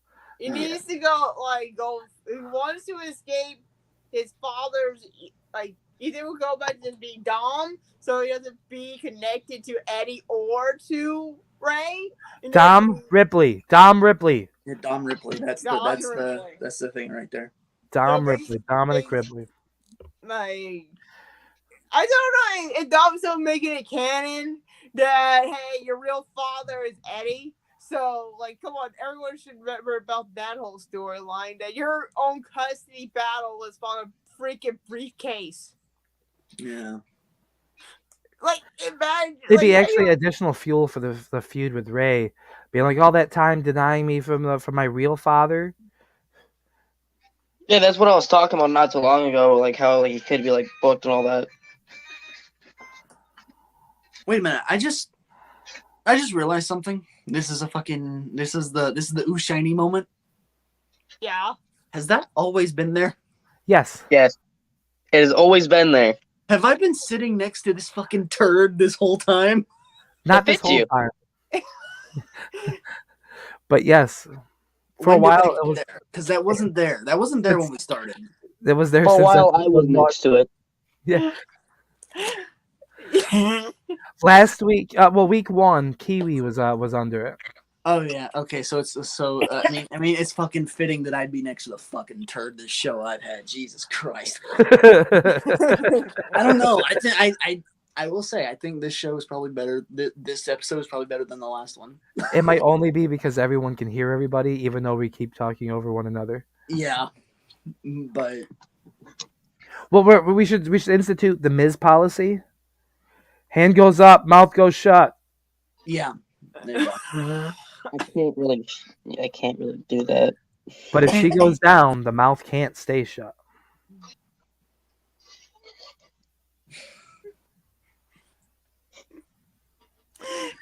And that was highly inappropriate. I can't believe one of you made that joke with a minor in the room. The audacity. As the biological father of said child, minor, I am highly offended that some incredibly handsome man would make a joke like that with my child present. Some people. Actually, no, if I remember what Bobby had to say, incredibly sexy man. Do you think the Hurt Business get back together? No, and yes. Wait, what was the question? The Hurt Business getting back together. I could see it happening, but not with the original members. Yeah, no, I think it's going to be. I can see just Bobby and I can see Bobby, Omos, and what's his face, MVP. I think, honestly, I could see Street Profits being added. That's what I've been hearing too. People say about the Street Profits might be being heels, but it's been a while since they've been heels. But they've been such, and they need something. They need something so bad. They've been the top face tag team for a long time now. Yeah. Really, when I first saw the Street Profits back in their early NXT times, I was like, so this is the new version of Crime Time. I just first thought they reminded me of Crime Time. What is it? Because they're black? No, the chemistry they have with each other. Wow. Why am I surprised that Missy White over there is all like, because they're black, they must be criminals. They remind me of them. No, because they got the same chemistry as them. Sure. Yeah, chemistry, right? Mm-hmm. And by chemistry, do you mean the color of their skin? Huh? Racist. Go ahead, Aiden, drop it. The racist, drop it. Racist. Oh, come on. Aiden. We lost the bit. Aiden, you dropped it. I think we need to move the shit logo down there. I can't. It has to be no, it fits you well. It fits you well, man. It has to stay right there. It just fits you. You dropped the bit there, brother. Aiden, I handed you the ball in a perfect handoff. You were quoted numbers of times in this house and that house and every house dropping the racist. And I'm handing it to you. Come on, Aiden, drop it. And you're like, huh? Damn it. Damn it. It's on you. You earned this. I think you definitely can keep that, man. It's all yours. No. All yours. Bro. Nah. Oh, yes, sir. Bro. Oh, there you go. Yeah. This is depressing. I'm having my time. Aiden, I am aware this is a shitty situation. But bro. Man. Getting up on the child. This is like you're standing there in the ring and Shawn Michaels just like super kicked some jobber at you and you just looked at him and watched him fall instead of hitting your finishing move and taking your moment to shine. You were like, whoa, sweet chin music. And then I just look at Shawn and then he just gets super kicked 2 seconds after. He shrugs like, all right, kid, I gave you a shot. Boom, super kick. Yeah. Then crotch chop and leave. Yeah. With a perfect. I just Nick White about the XWE show. Yeah, it is coming tomorrow. So the results are be out tomorrow. Cool. With a perfect moment here, thinking I don't know how many of you guys are all young. Any of you ever seen any of the Lethal Weapon movies? It's been a while since I've seen them. I think I grew up with some of them, but all right.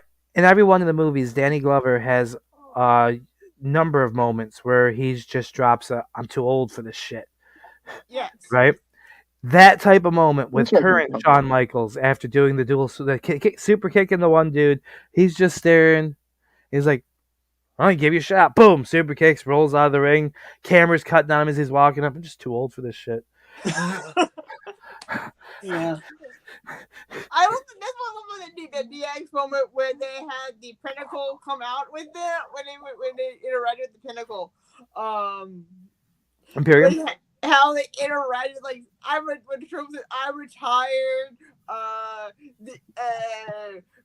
Pac said he's got like a bad injury or something, and Shawn is like, "I'm too old for this shit as well." Scenario as well. I was like, I actually haven't seen that because that wasn't on the Hulu replay.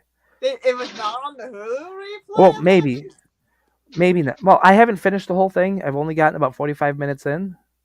I assumed it was earlier in the show, wasn't it? It was after the cut bit between the Bex and Becky match. See, that is not on the Hulu thing either, I think. Wow. It's on my Hulu thing. I got Hulu Live, so that's probably how I got that. Well, I'm watching the 90-minute replay that they put on Hulu. Yeah, but like that bit was funny. And Kurt Angle came in there, like Kurt, you don't belong in DX, bud. I don't know. He belonged in DX about as well as Sami Zayn originally belonged in the Bloodline.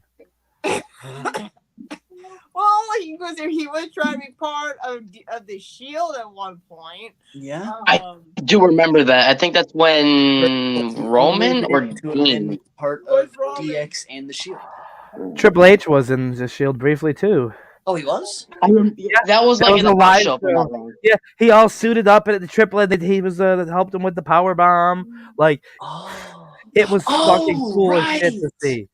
Yeah, I remember. Like, I don't care. I don't care how much he held people down back in the day, okay? I don't give a shit. No, he's redeemed. All right? Triple H. All right? Triple H is one of my all-time favorite wrestlers. Yes. For a number of reasons. He is who I modeled my E-Fed life after in a number of ways. Triple H was the first wrestler I ever saw on TV. For mine was William Regal and Regal and Mr. Kennedy. Mr. Kennedy. Wrestling the full time. Kennedy Was feuding at the time, and I think Brooke, also the same time with hold on. We got to move around. Brooke, you're getting the poo. Hold on. Yes, sir.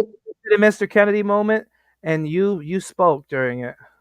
How dare you? You ruined Mr. Kennedy's. You ruined the Kennedy intro. Okay. Hand goes up. Mr. Kennedy does his intro. Oh God, can you imagine the two of them as a tag team? Oh my God, that would be like gold. You do the whole thing. Miz starts they come out together. There's no like actual full introduction. Miz is like, hand goes up.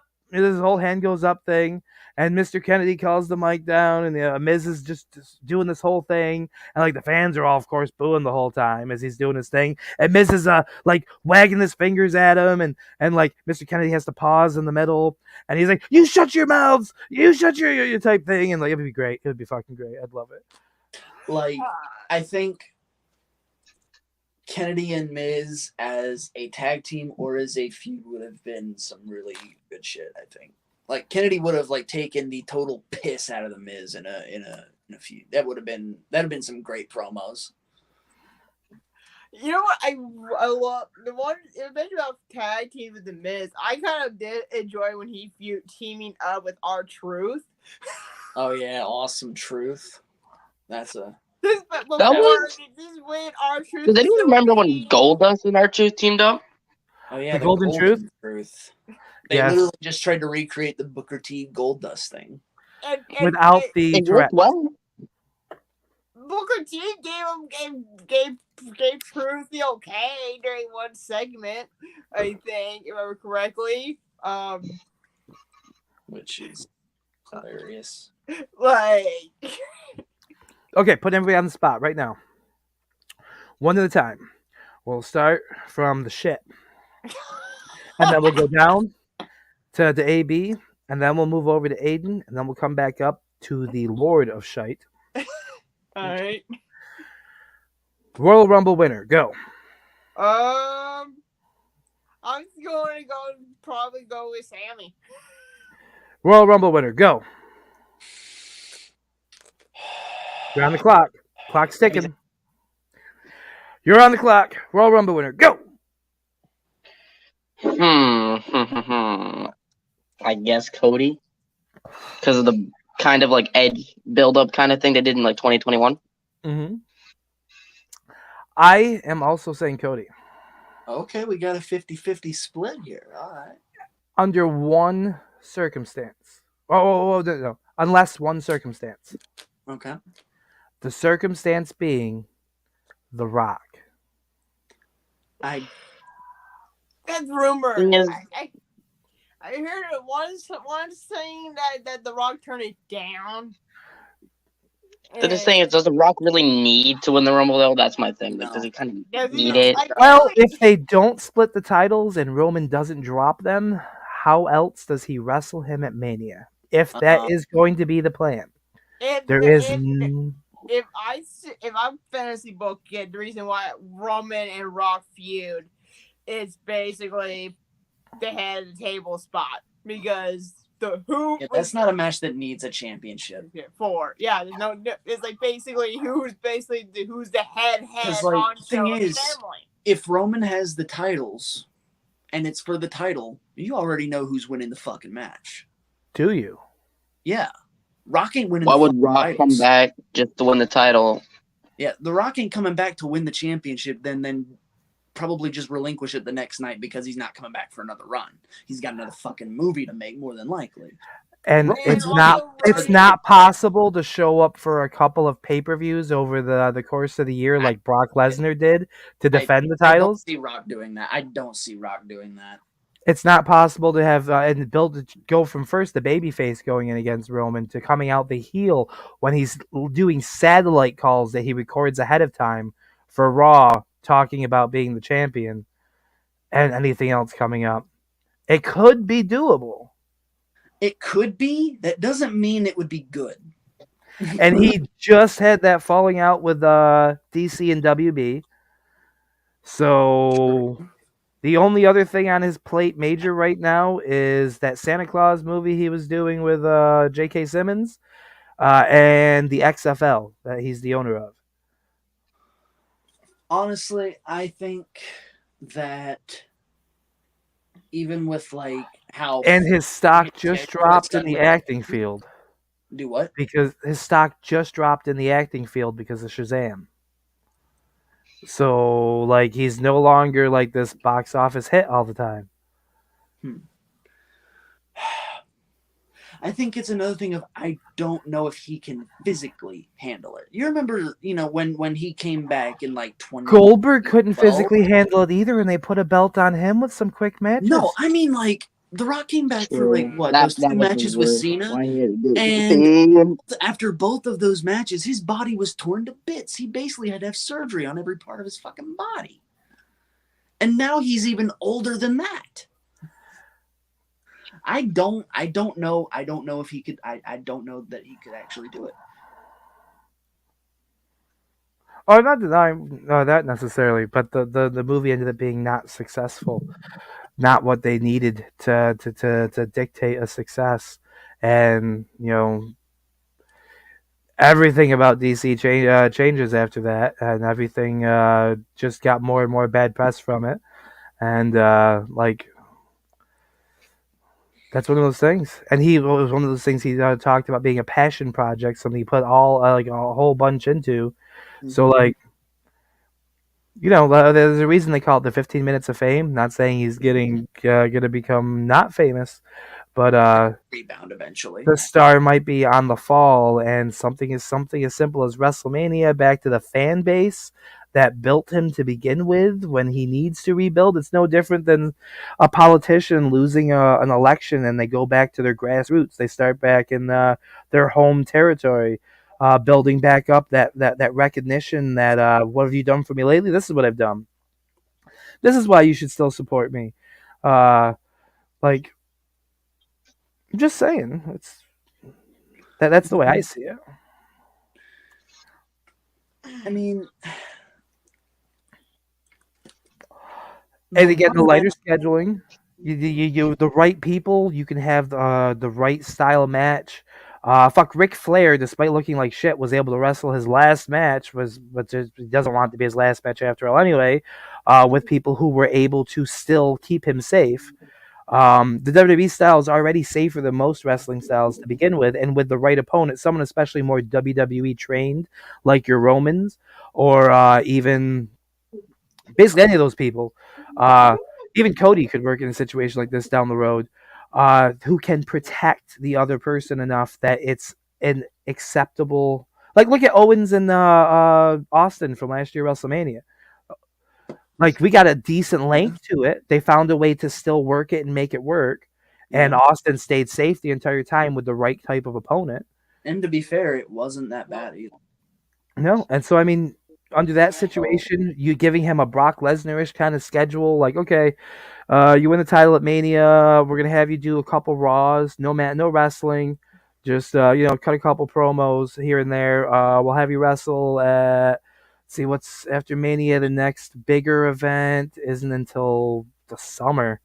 Isn't WrestleMania Backlash a thing still, or no? Yeah, but your big ones, the big one, like your Rumbles, your SummerSlams. So maybe have them do Money in the Bank usually comes over the summer unless they can that. I hope they bring that back to Mania, because that kind of thing. It needs to be a Mania thing again. Mania. I really don't understand why April, right? Do what? Mania's first Mania? week of April, right? Yeah. Okay, so he defends the title for the first time in June, whatever the June pay-per-view is. Or the June time frame. Gives him plenty of time to make sure he's recovered from anything. Give him a safe opponent, and he can still defend the belt. Let him keep the belt, even if he's going to do this until SummerSlam, and have your person win it from him. That's who you're going to build next.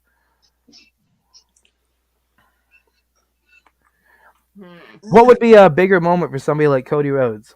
Defeating Seth Rollins to become the WWE champion at WrestleMania, or defeating The Rock at SummerSlam to become the WWE champion?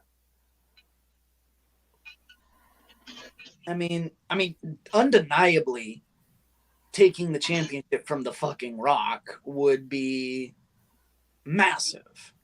And let's face it, something you need something we just talked about earlier with Cody. You need some reason to make him, like, he wins the Rumble when over something like Sami Zayn, like, people might get pissed. You don't know. Like, this just came to my mind, right?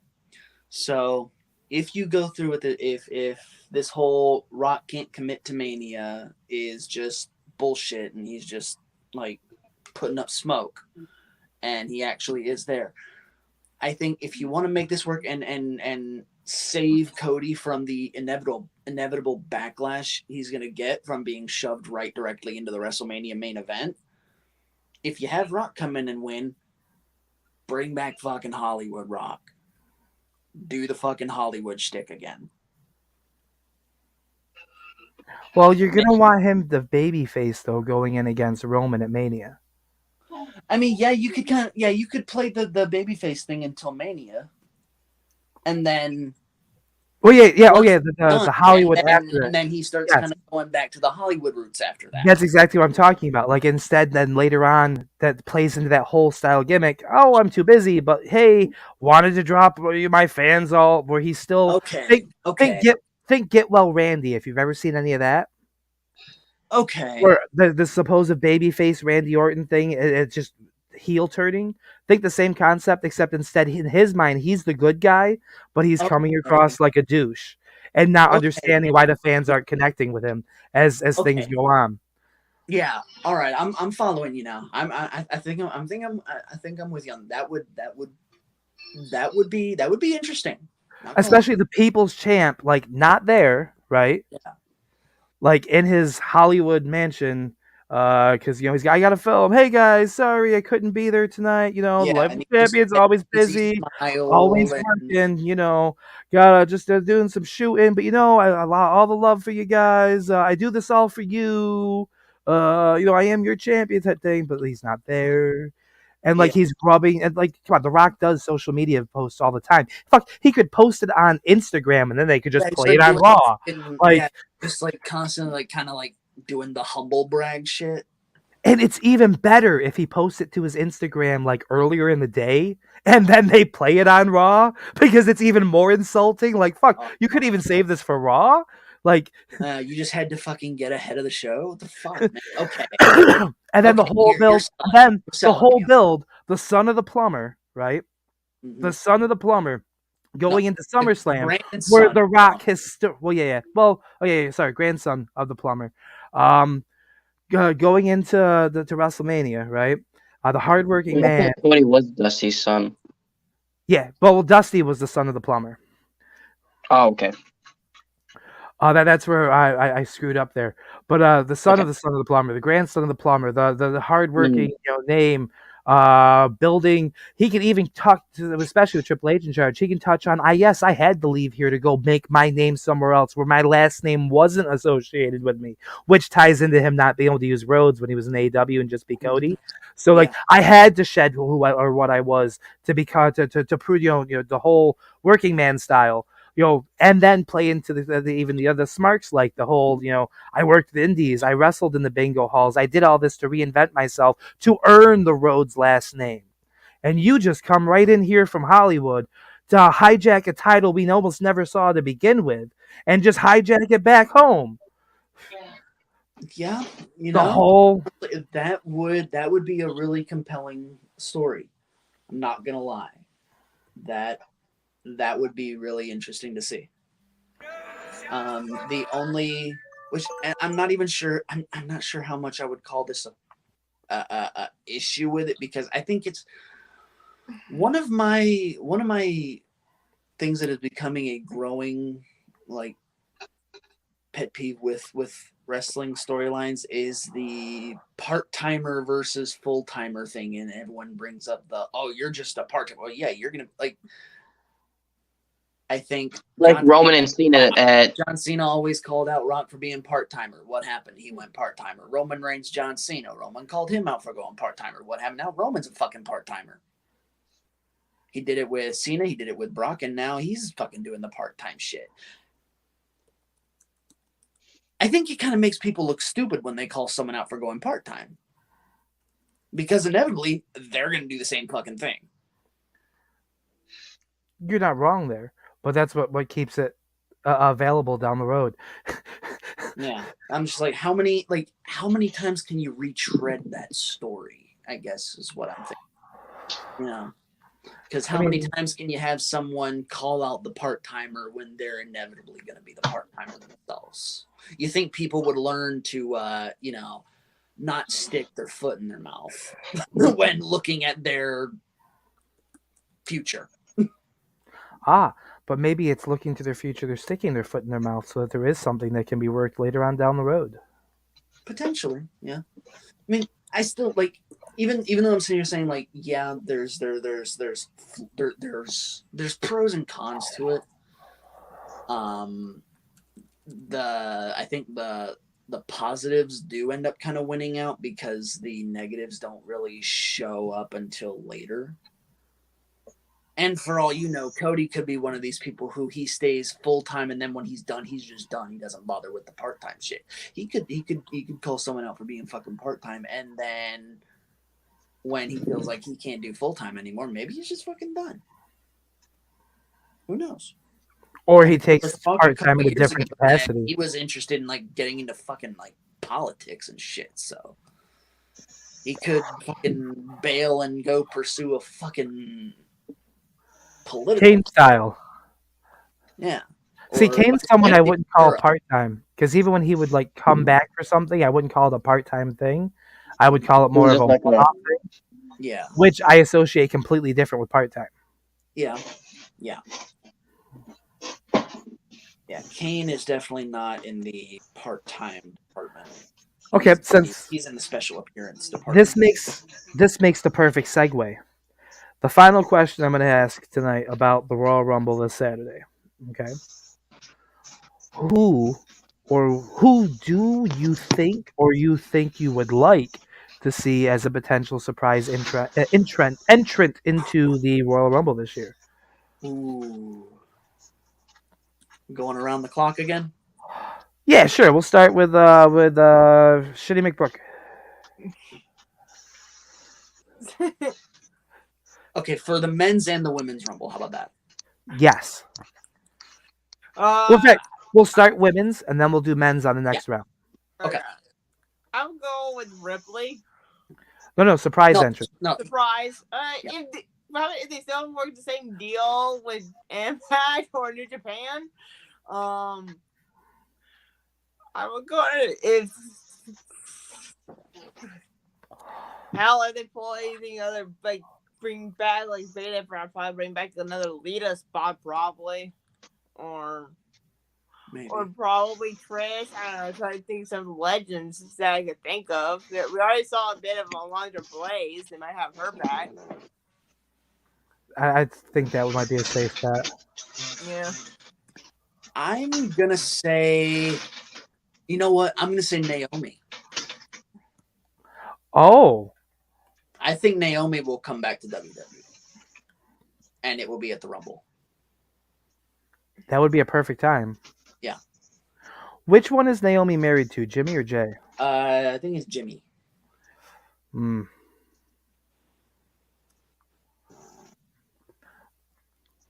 Aiden, what do you got for a surprise entrant for the female Rumble?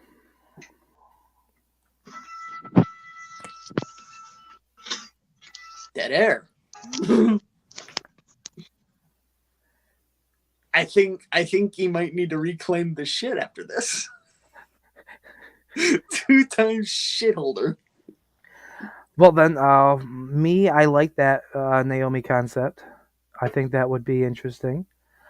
Depending on the way the deal works out and how things are going, because I know the only issue from what I was led to understand from interviews and various other sources that like we've seen on the internet is that money was an issue for long term, but depending on deals that may or may not be in place, how surprised do you think people would be to see not Sasha Banks, Mercedes Money appearing in the Rumble?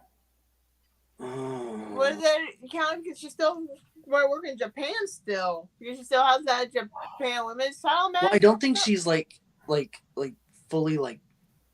Is she like signed anything like long term with them, or is it like a? I don't know if she's on a paid per agreement appearance deal, or if she's on like an exclusive like written regardless deal. Mm-hmm. A lot of the touring companies tend to do a pay per appearance, even if they do like a written thing. You're required here on scheduled days. This is part of the way the contract works.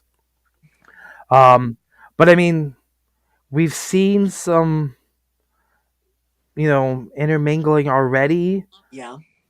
With the stuff with Shinsuke, with like Carl Anderson. Yeah. Carl So Anderson came to fucking WWE's fucking never openweight champion. So like, yeah. fuck.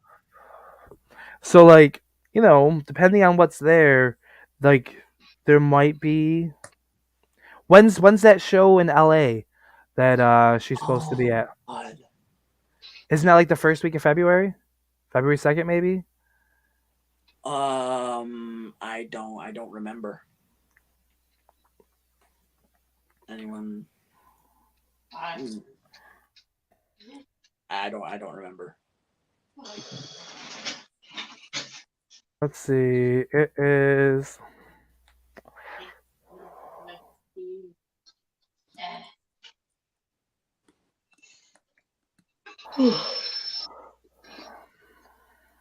I'm going right now to the interwebs to look. That match is February 18th at Battle in the Valley. Okay. Wait, this in like New Japan? Yes. Yeah. The reason why you missed your spot, I might put you under the shit again. I don't know. I was having mic issues. Someone was trying to call me, and I had to like fix it. Okay. Well, we were talking about surprise entrants for the Rumbles, starting with the women's in our round. We've had a few things tossed out, and I was supposing a possibility, depending on the way her contract is structured for Japan, if it's a pay per appearance that's not exclusive necessarily, since money was the issue, if in a single, one-off payment for one appearance, if we might not have the opportunity of a Mercedes money in the Rumble. AB here thought about Naomi. That's what I heard. That's where I was able to hear things again. So that's what we were looking at discussing here, and I was just double checking when she was supposed to be in LA, because I mean, if she's already stateside for something, then the Rumble's in Texas, isn't it? I think so. Yes, it could be. Yeah, it's like fucking Alamo Dome or something. Yes, Alamo Dome, San Antonio, Texas. Yeah, which is kind of funny because isn't that where Roman and Kevin's last Rumble match for the titles happened? It might have been. I think it was at Royal Rumble. Was that 2020 or 2021? During the fucking Thunderdome era. Yeah, pandemic. Yeah. Well, that was like 2020. It might have been 21.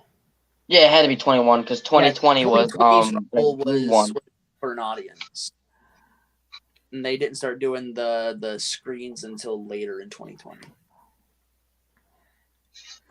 Yeah, because didn't Drew win the Rumble in front of an The audience? Rumble in front of an audience, and then he won his WrestleMania main event in an empty fucking warehouse. Oh, yeah, that was so sad. That was so And then in the Thunderdome, yeah, it had to be 2021. Yeah, Thunderdome was 2021. Okay. But So I remember Sheamus and Drew having a feud, which was like one of the best feuds I've seen in my life. Yeah. And now they're, a porn industry company. Now they're banger bros. Hmm. Down in the banger bus. Where they have bangers and that. Drinks. Okay, so those are our surprise picks for the women's. Well, we're still waiting on Aiden's since he came back in. Fucking hurry up and pick one. I don't know. I haven't seen Asuka in a while. That's true. She has kind of disappeared. Yeah, Bobby was talking about that earlier. Oh, maybe that's where we see Asuka's other side, maybe? Like kind of starts really channeling the Kana side of her, comes back at the Rumble and just goes full, like, crazy. It makes sense. She had been gone for a while. Like, make her come back at, like, number 15? Maybe. That would be nice. With a semi-full... I don't know if you noticed, the women, either they do or they don't end up with, like, these semi-full areas where sometimes you get to see like, a lot of them in the ring at a time, and other times they keep it to a small amount. Mm-hmm. But her coming out to, like, a pretty full environment and then early on, and then, like, just starting to toss people. Oh, yes. Like, she needs to be... I can't say Charlotte, because Charlotte already came back, so... Yeah, if Charlotte hadn't already come back, I would say she'd be a shoo-in for that. Which I wish she just... I mean, I'm not a Charlotte fan whatsoever, but it would have been better just to bring her back at the Rumble than just taking the belt off her, like, taking the belt off, what's her face? Ronda? Mm-hmm. But yet again, at least Ronda doesn't have a belt anymore, so... Yeah. Hopefully she doesn't have a job soon. Okay, winner of the Women's Rumble, since we didn't cover that before we get to surprise men. Okay. On the clock, Brooke. Women's Rumble. Oh, winner? I feel like I'll go with Ripley. AB, winner. I would say Rhea's a pretty good option. Either that, or if Asuka's in there, then I would say probably Asuka. Gingy McTuna. I'm gonna have to say Rhea. I'm also leaning towards Rhea. Rhea just needs it. She should have won 2021. I'm still, like, severely mad about it. The only other her moment. I could see is Alexa. I don't. I kind of can't see Alexa. If depending on how they decide to play out what they're doing now, that Uncle Howdy's been visiting her too, or maybe Uncle Harper, because there's still that up in the air. Like, this would be a part to capitalize on whatever supernatural element they're going to tie into it. Maybe so.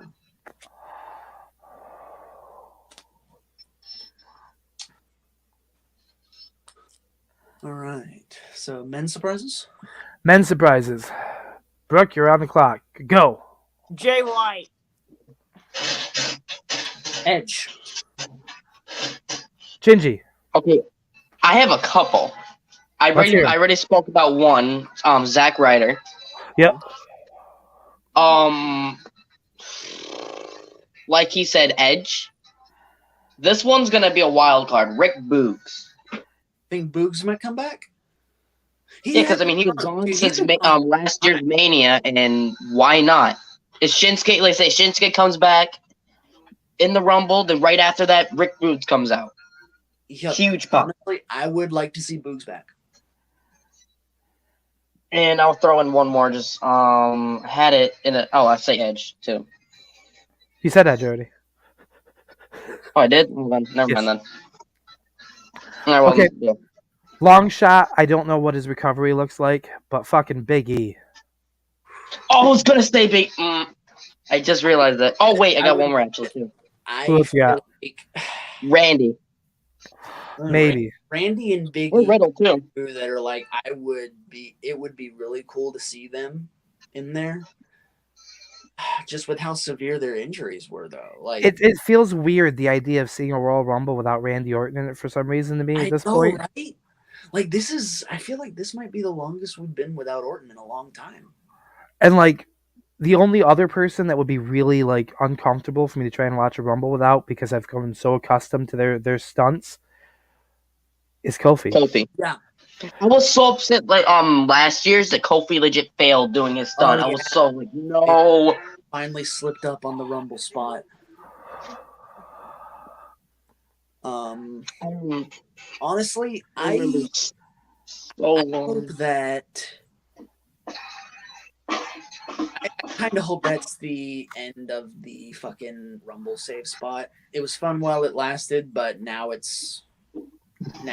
I want to see a double save as Ricochet and Kofi have to save themselves at the same time. Maybe that would be an interesting save if they could pull it off, like an interesting like save to the concept if they could pull that off, like both. Or take the same save, Big E, who is outside the ring for whatever reason, maybe on his way in, as Kofi and Xavier are both getting ready to be eliminated, and they're trying to catch themselves, and Big E like just catches them suplex style on his shoulder, like I got you, boys.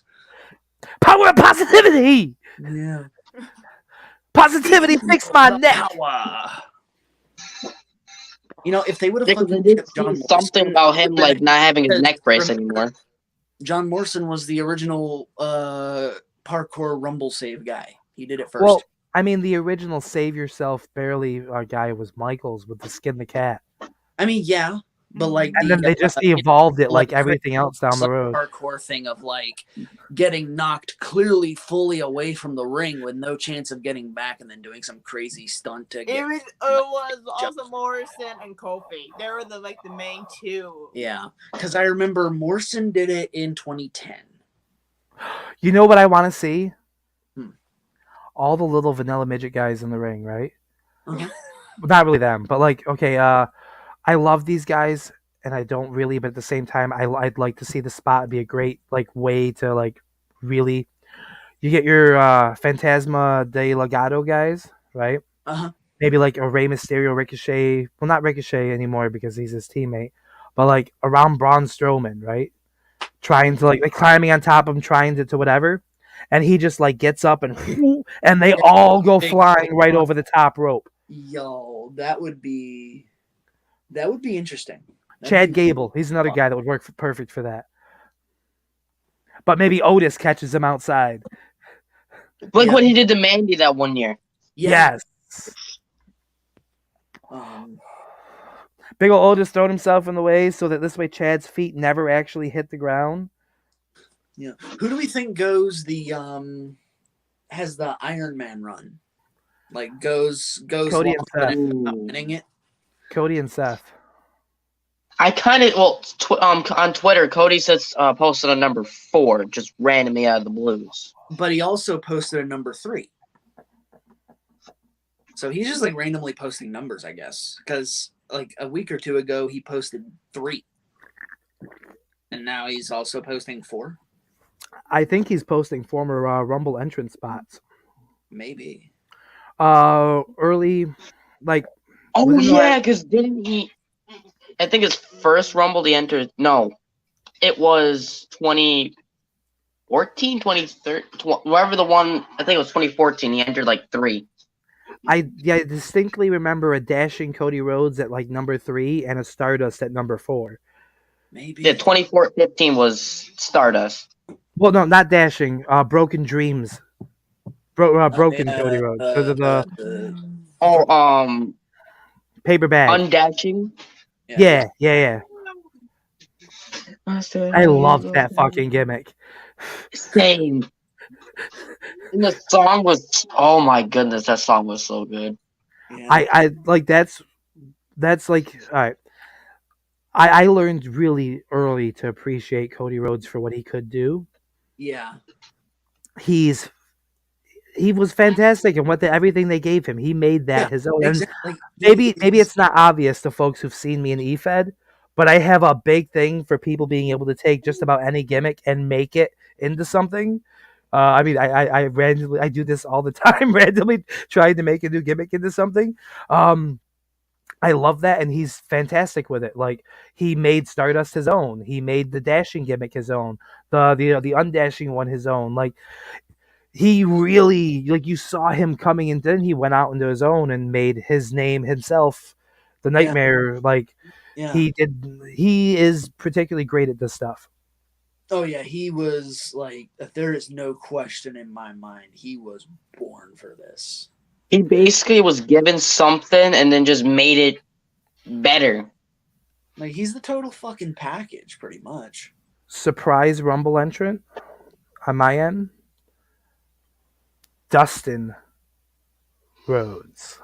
Really? Huh. I had seen something a while ago about his contract coming up with AEW and him not planning to renew. I think he was planning on retiring. Exactly. But how many times do retired wrestlers enter the Royal Rumble? Yeah, but for some reason with Dustin, I tend to believe him. Didn't Diesel do it once? With the opportunity to be at potentially his brother's big moment if he wins the Rumble, to be a part of that match in honor of their father. Like maybe.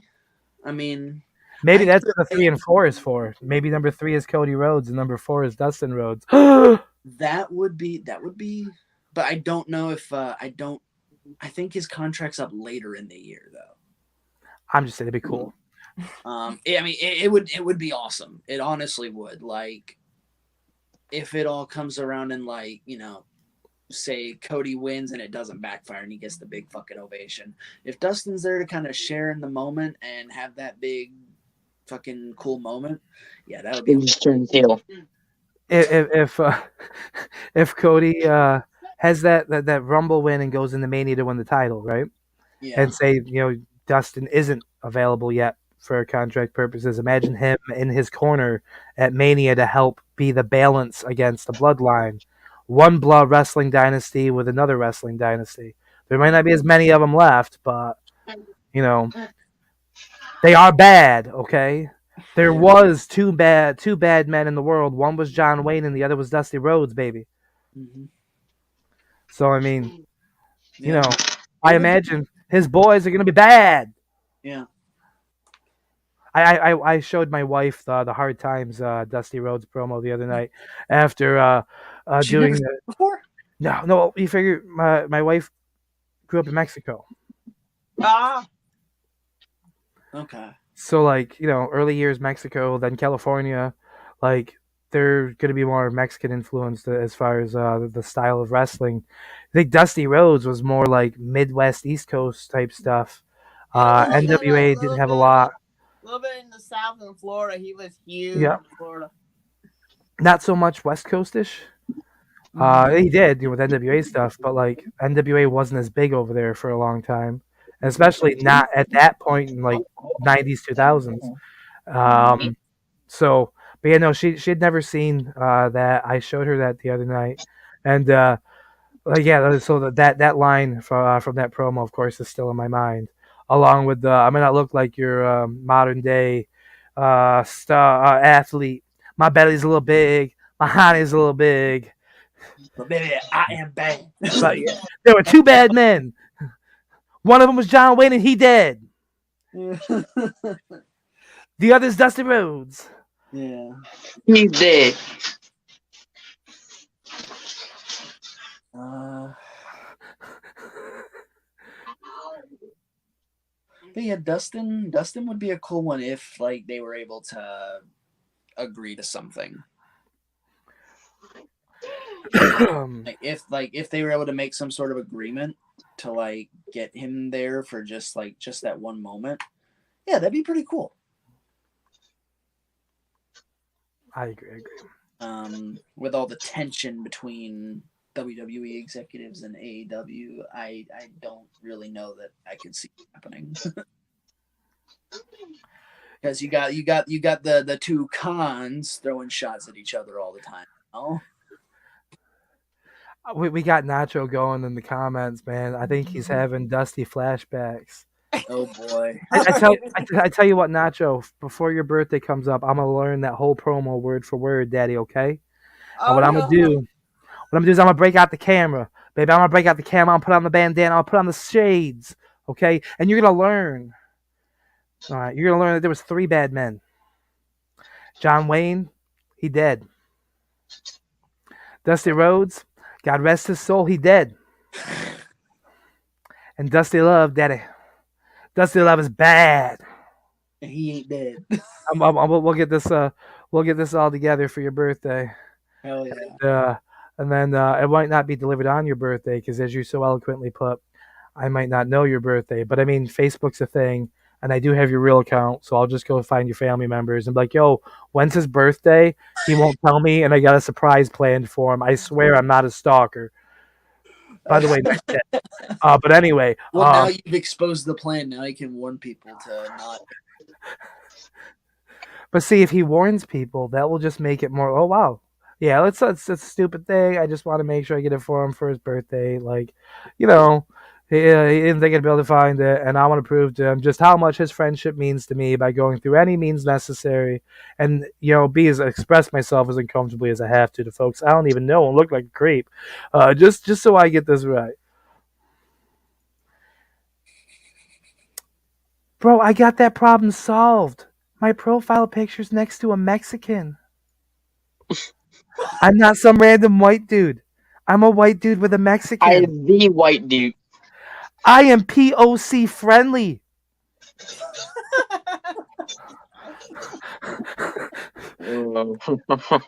Oh God.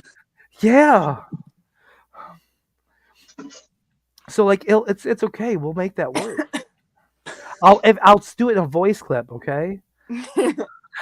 I'll do it in a voice clip. I'll do it in my Big E voice that you liked. And look, we'll go right back here. See?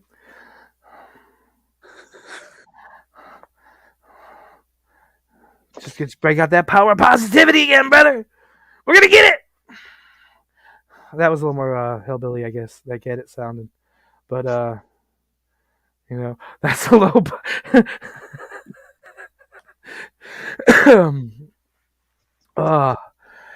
Speaking of low bars, episode 1, it was pointed out that it was a very low bar of expectations, and we still exceeded all of the worst expectations. We'll have to ask CD when he returns to the land of the living.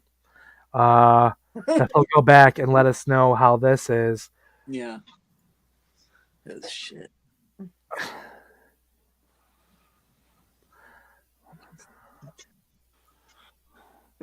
I don't know who Michael Scott is. I think it's from that fucking Office show. Steve Carell? Yeah, I think so. Oh. Yeah. I don't like that man.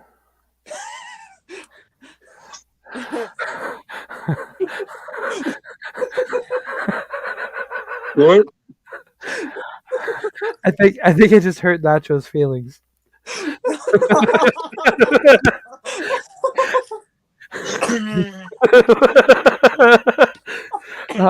For those who are eventually listening to this on Spotify later today, tomorrow, depending on how it plays out, allow me just to say this. 1, thank you for listening this long. 2, I am so sorry, and also thank you. 3, if you're this dedicated, might I direct you to the Linktree link that's found in our description. We have a Patreon. Feel free to give us money. I mean, we love money. Also, $ Josh is your mom is Cash App, since you people hearing this don't know this, but I'm also going to put that on the screen for the people watching. Feel free to give us money. Look, Brooke can't even afford horizontal filming. She has to be vertical. She's afraid if she goes horizontal, we'll all be able to tell she's not wearing a bra.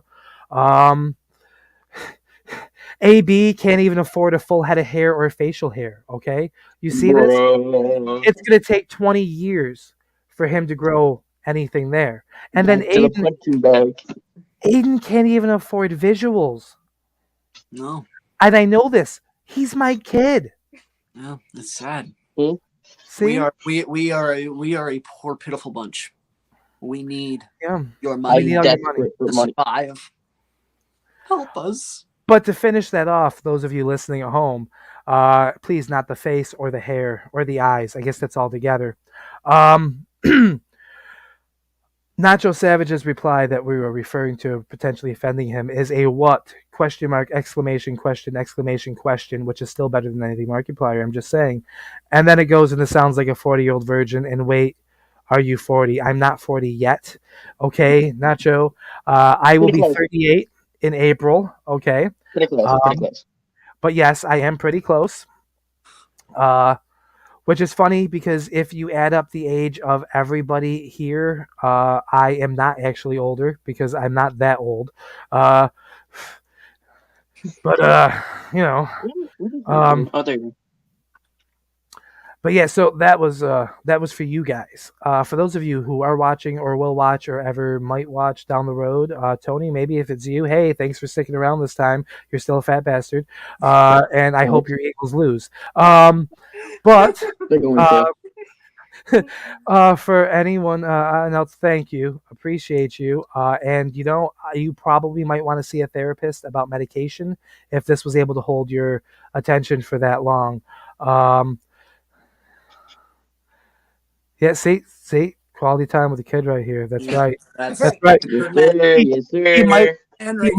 He might have missed the quality time part where we brought a wrestler on the air and threatened to strangle him.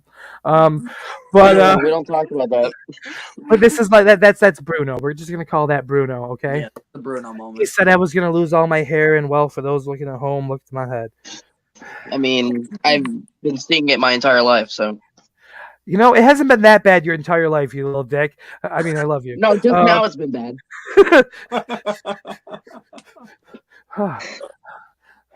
And the sad part is fucking roasted by your kid, bro. This is what makes it worse. The sad part is Aiden's last visual confrontation of this was probably like a year ago. So like it's makes it even funnier because it's still even worse than he knew then.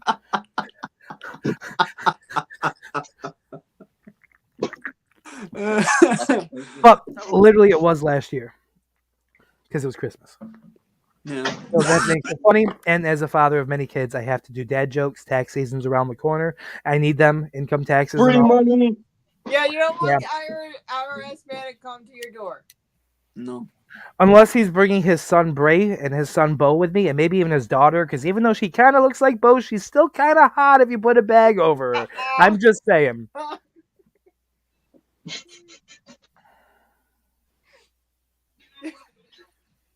She's kind of got that early Charlotte body, but with actual butt. Just she kind of looks a lot like Bo Dallas, without facial hair, obviously. Though she might still have more than you.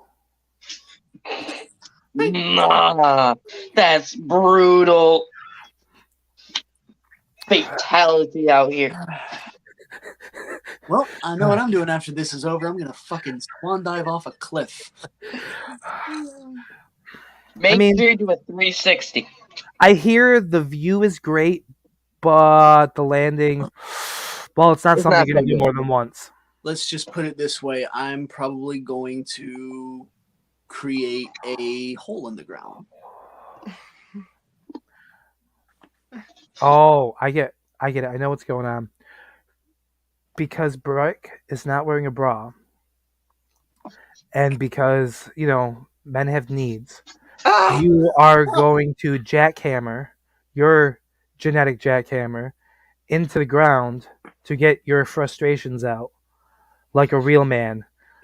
Like a Steven Regal man. It's man.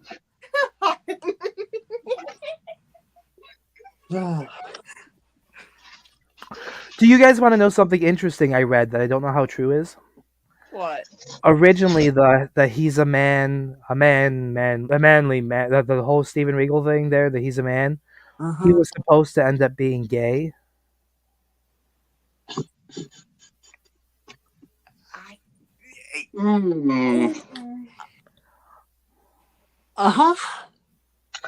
Well then. Okay.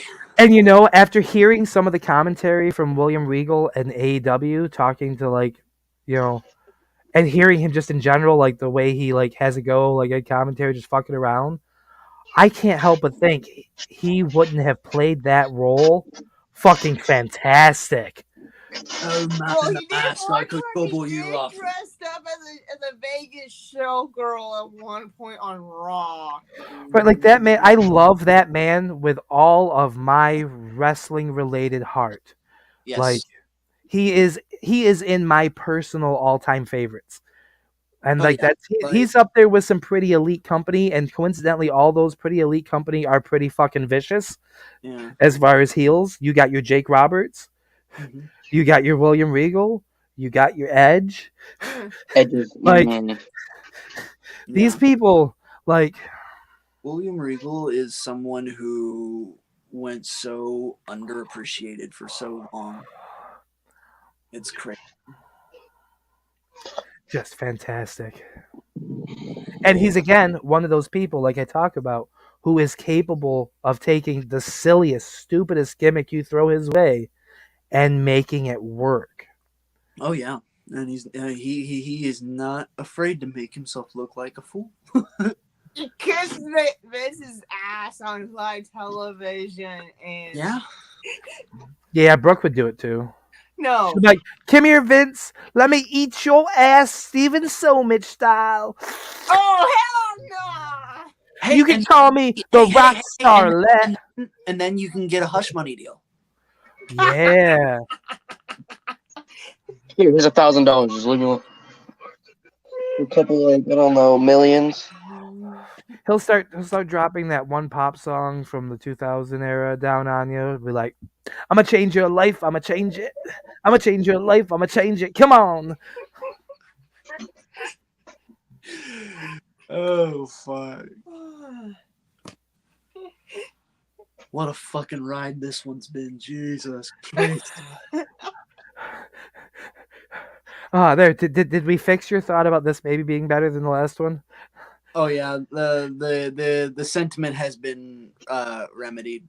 Has it been retanked? Did I tank it good? Yeah, it is. It is very retainted. Let's go. I help with content. And again, I just want to say thank you for anyone that does actually sit through any form of this, audio, video, whatever. Feel free to sound off about how sexy this new facial hair looks. I can see Brooke over there practically drooling, and I don't blame her. That's probably why she ditched the bra. It's easier access because, you know, sometimes. I mean, I know AB's been down there doing it the whole time. Bro. I know Bobby was. You saw that him. Smile. He had to go pee. He had Bobby to go was pee. Hard, bro. Yeah, he didn't have to go pee. He had to do something else. Yeah. Had to go relieve some stress. I get it. I had that effect. Relieve some pressure, if you know what I mean. Yes. He had release the intent. That feels pretty good now. I think we may have made CD proud at this point. Oh yeah. He will love this. He will absolutely love this. So anyone who is actually still around listening at any point in time, whether it be a replay, which again I thank you for, or Spotify, which again I thank you for, especially our folks in Belgium, we love you. Yeah, we have a whole bunch of views in Belgium.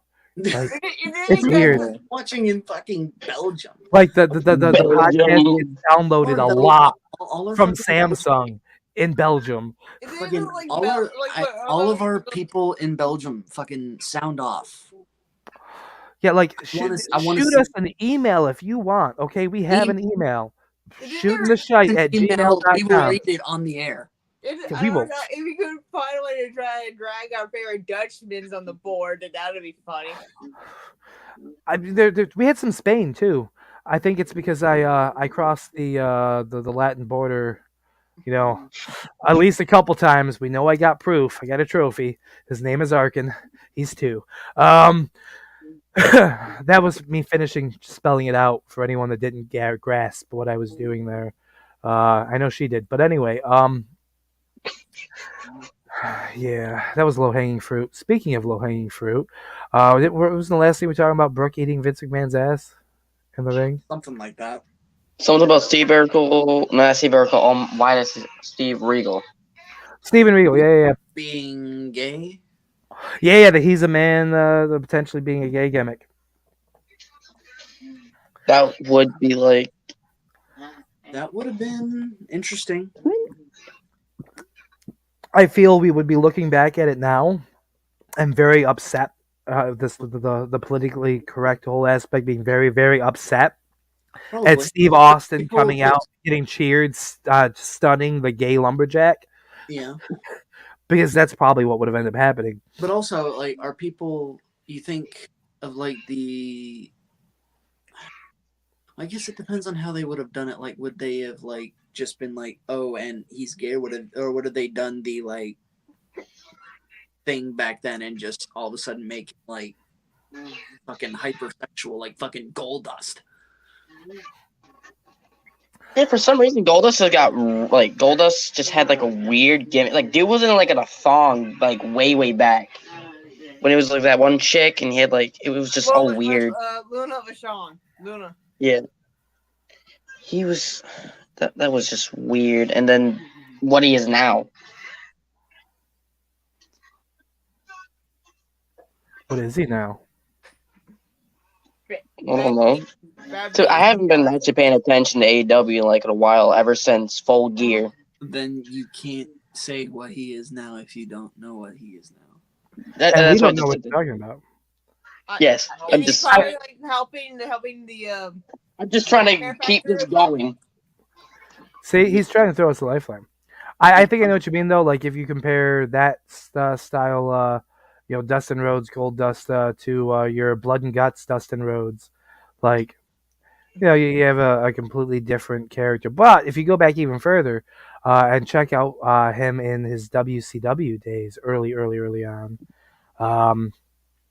wasn't he at once referred to as the Natural? Yeah. Mm-hmm. Yep. You have the Natural, Dustin Rhodes. You talk about Goldust, you talk about the Natural, you talk about his AEW run. Out of all those, I don't think anything compares to Black Rain. No, you really enjoyed that Black Rain? Come on! I can't believe you said that with a straight face. I know. I think I I'm gonna do some research about this. So completely unrelated but semi-related. There's a game I play occasionally, TEW, right? Uh-huh. It's made by the same guy that made EWR, which is how Tony Khan learned how to book, playing the game EWR. Right. TEW is a more advanced version. I took a 1996 database. I started a company. I bought out WCW, WWF, and ECW at some point throughout the time frame. It's the year 2003, I think now. Young Rocky Johnson Jr. Is feuding with Dustin Rhodes over like the Tier 2 title for their brand. The world champion on their brand and the most over wrestler in the entire world, like PWI top everything on a regular basis, Owen Hart. I remember you saying something about that. Yeah, we have a young Eddie Guerrero who's rising the ranks at the same time frame with Benoit. Malenko towards the end time frame, like he's kind of falling off more. TEW, Total Extreme Warfare. You can find it on Grey Dog Software. I prefer the newest edition, but they do have older free editions of the game that they're not as in depth. When I play stuff like this, I like to be super in depth as much as possible. How much is the paid version? I think it's like $40. Okay. It might be less, it might be more. I don't remember exactly. I bought it quite a while ago now. There's been suggestion amongst players that there might be a new one due out in the next year or so. In which case, then of course you'd see price drops. But like, there's 4 or 5 different versions, going back to TW, I think 2015, and then 17, 19 and 20, I think. Maybe I'm wrong on the numbers. But yeah. So from this database to this point, you have. Yeah, one side's led with Owen Hart as the main face of the brand. I based it in a way off IW too. I called it Illuminati Wrestling. So I used all the IW shit just because it was easier. I still had the graphics and stuff I'd done for all their shit in the past, so it was an easy, quick load into the game with a few modifications. And I have an Alpha, a Delta, a Riots, an Omega. The face of Riots is Shane Douglas. Okay. The face of Delta is Rocky Johnson Jr., who is actually last I played in a feud with Triple H, Hunter Hearst Helmsley. Okay. You have Hulk Hogan's on this roster, but he's been away doing filming. He does a lot of the big events when because they have a touring schedule too. A touring schedule with television. They have one or two shows on every night of the week between all these brands. They have like a 500 person roster at this point. I did what Vince McMahon tried to do, but I did it faster than him, and I covered up more. I bought out New Japan Pro Wrestling by 2002. Wow. Like, I own Japan. It's now Illuminati Japan. I own all the wrestling in Mexico. It's Lucha Libre de Illuminati. They're all like set up developmental territories. They're everywhere. Main roster has like 300 to 500 people on it. Each brand has their big people. Owen Hart, SmackDown, Steve Austin and Cactus Jack have been feuding on the Alpha brand. They're the top two. Delta was Triple H, Rocky Johnson Jr. Riots was Shane Douglas and Dustin Rhodes. Kurt Angle is on that brand and is on on a rise. Eddie Guerrero just went out for rehab. He was the United States champion on Omega. Okay. But yeah, no, like it's a. I don't know why I got onto it, but it's a fun way to rewrite history. I have completely rewritten it. Eddie Guerrero is okay at the moment. Owen Hart is not dead. It is 2003, and Owen Hart is not dead. I am proud of that. That's the timeline I want to live in. Oh, Bret Hart's on Alpha. He's actually the one that Austin had won from before feuding with Cactus. Oh, okay. But like, there's titles that travel all the brands. There's specific brand titles. There's specific touring titles. There's like development. There's a whole brand that has just newbie-ish people, and they bring in higher end people from development to work the shows on a regular basis. You can do a lot of shit with that game. I've heard, and I think I played like one of the free versions a long time ago. Start your own actual networks. Like, I think I was doing Extreme Wrestling Revolution. Yes. And Total Extreme Wrestling became the more advanced version of Extreme Wrestling Revolution. EWR. Which is what Tony Khan used to play, and gave him his love for booking wrestling. Yeah, because I think I had like a feud with Brock and I think Triple H and like something with like AJ and I think Eddie. No, it wasn't Eddie. It was No, who was it now? AJ and someone I can't remember.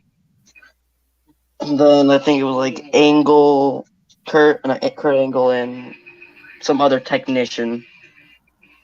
And the other stuff.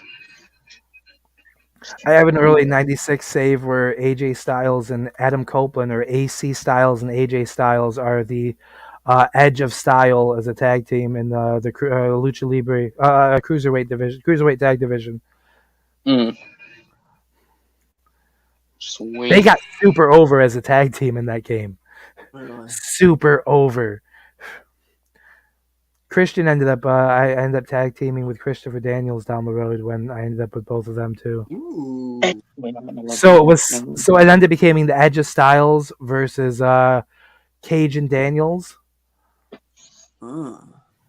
which I tried to do I tried booking it in a perspective like the Fallen Angel, like priestly Christopher Daniels style with that style of the Christian, like the thing together. They're sort of like a cultish. Basically, if Christopher Daniels was Gangrel and Edge combined with Christian for the Brood. Gotcha. Okay. Yeah. And then Bryan Danielson and Loki ended up a tag team. Oh God. Loki. Oh yeah. That sounds like a fucking nightmare for whoever the fuck is the opponent. Danielson and Loki as a tag team is scary. The tag team name they went by was what I had them by is KT no K KYD KYTD KYTD Kick You to Death. Kick You to Death. Okay. I was trying to think, what the fuck does that mean?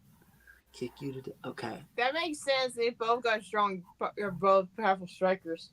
I said, whoever is fighting that team is not having a good night. I don't know. They were fantastic matches. For I had ladders, TLC matches with KYTD, Cage and Daniels, and Edge of Styles. Oof. And then I'm thinking how those would look. Man, that sounds like some classic shit though. 03 Edge was still almost Edge and Christian era. So and this is actually in game time 97, 98. Oh. Yeah. Okay. Interesting. It absolutely is, Nacho. It absolutely is. If any of them, if you don't want to spend any of the free ones, whether it be EWR or TW, on a PC or laptop, whatever, is a lot of fun. EWR is much less complex, a little easier to learn and play in a more winning fashion. TEW gets more complex, a little more complicated because they add more elements to it that give you more of a sense of whether. Well, it's also depending whether you're playing as an owner, a booker, or an owner and booker of a company. Depends on what you can and can't do in TW. So again, there's that element. Because that looks like I have a Madhouse booking meeting to start. So I'm talking to you guys later. All right. See you later. Yeah. And we are actually approaching the 4-hour mark, so it probably is a good idea anyway. to think about wrapping this up. It's almost the next day. It's almost the day after we started. I know, right? Yeah. And the cream inside this sandwich is technically supposed to be going to school in the morning. Oh, damn it, I'm the shit again. Actually, since it's Regions Week, I don't have school at all this week, so I'm chilling. Damn them kids. I wish I could chill all week for Regents Week at work. No, right? Tell me about it. They're talking about remodeling my store in August, and I'm probably still going to have to work through it. Bro, they're talking about at my job, we're either getting remodeled or bought out and fired. One of the two. So you're going to have a job or not have a job? Yeah. By the end of the year, I could either have the place could either be fresh and remodeled and we'll be riding high, or we'll all be out of a fucking job.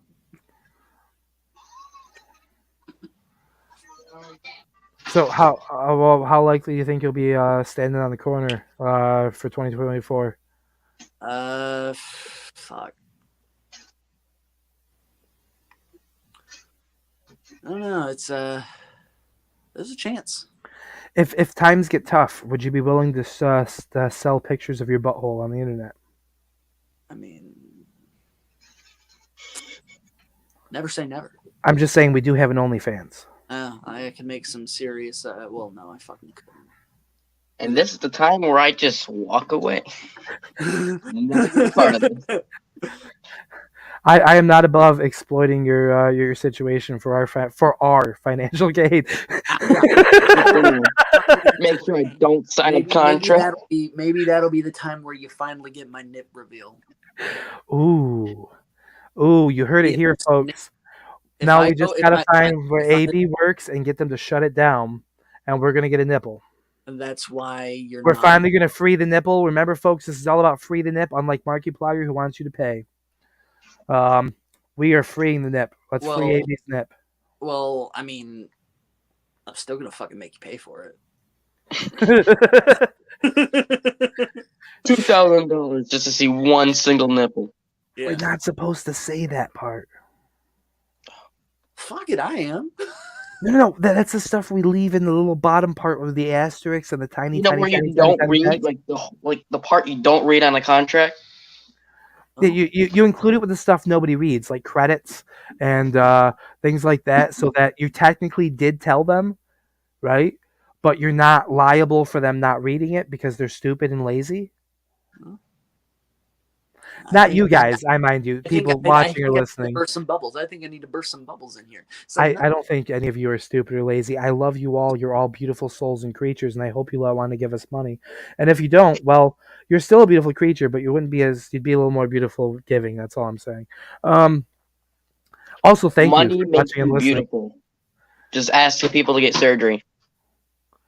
That's true. But yeah, we are about to hit the 4-hour mark, and I do want to go cook those steaks that have been defrosting. I am a fat man that loves my carnivorous tendencies, and I want to go watch that cow moo in front of me as I eat the side of it like a cannibal. But it wouldn't be a cannibal unless I was a cow. But then again, the way I plan to eat, it might be like a cow. So, and I'm not talking like, a lot. I mean, noisily. Could we say you're a cannibal? Ooh, AB, that was such a great pun. That's unfortunate you don't have any children that we know of, because that is definitely dad certified. My friend says so many dad jokes, it's not even funny. I'm just going to go ahead and adopt you and say, as your now new adoptive father, I'm very proud of you, son. Hot year adopted. Hey, then I could say someone's the adopted one. Exactly. Now, as his adoptive big brother, are you going to make sure he gets to go to the next local AEW show next to you? Fuck. His face is like, no, screw you, kid. I'm gonna. It's like, nah. Your brother's the AEW fan, Nah, I'm whatever. I'd go to any wrestling show necessarily, but he'd be more excited about. So he'd be more excited about AEW than I would. So I mean, you could take your brother instead of me. Maybe. I don't know. We'll see. You have to come pick him up from New York.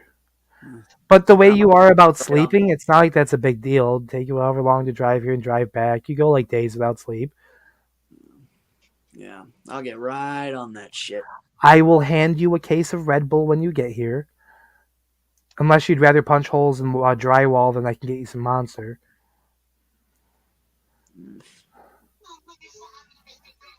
We'll weigh our options when we get there. Or worst case, I'm just saying I know a particular type of magic fairy down the street that can get a particular type of magic dust. And I'm not talking PCP. But we could probably help you make that drive as long as you need to. You know what? I think the special stuff. I think I like that option a little more. I think that's yes. I can introduce you to the Habibs. They're not actually Habibs, but their store is Rome Habib store. Right around the corner from my house, and we get you all your edibles you need. Oh yeah. There's some gummies over there I highly recommend. They're fantastic. They got some brownies they're good too. I got all the places I can show you in Rome while you're here. You'll be problem solved, and then guys can go watch your wrestling, and good time. Yeah, perfect.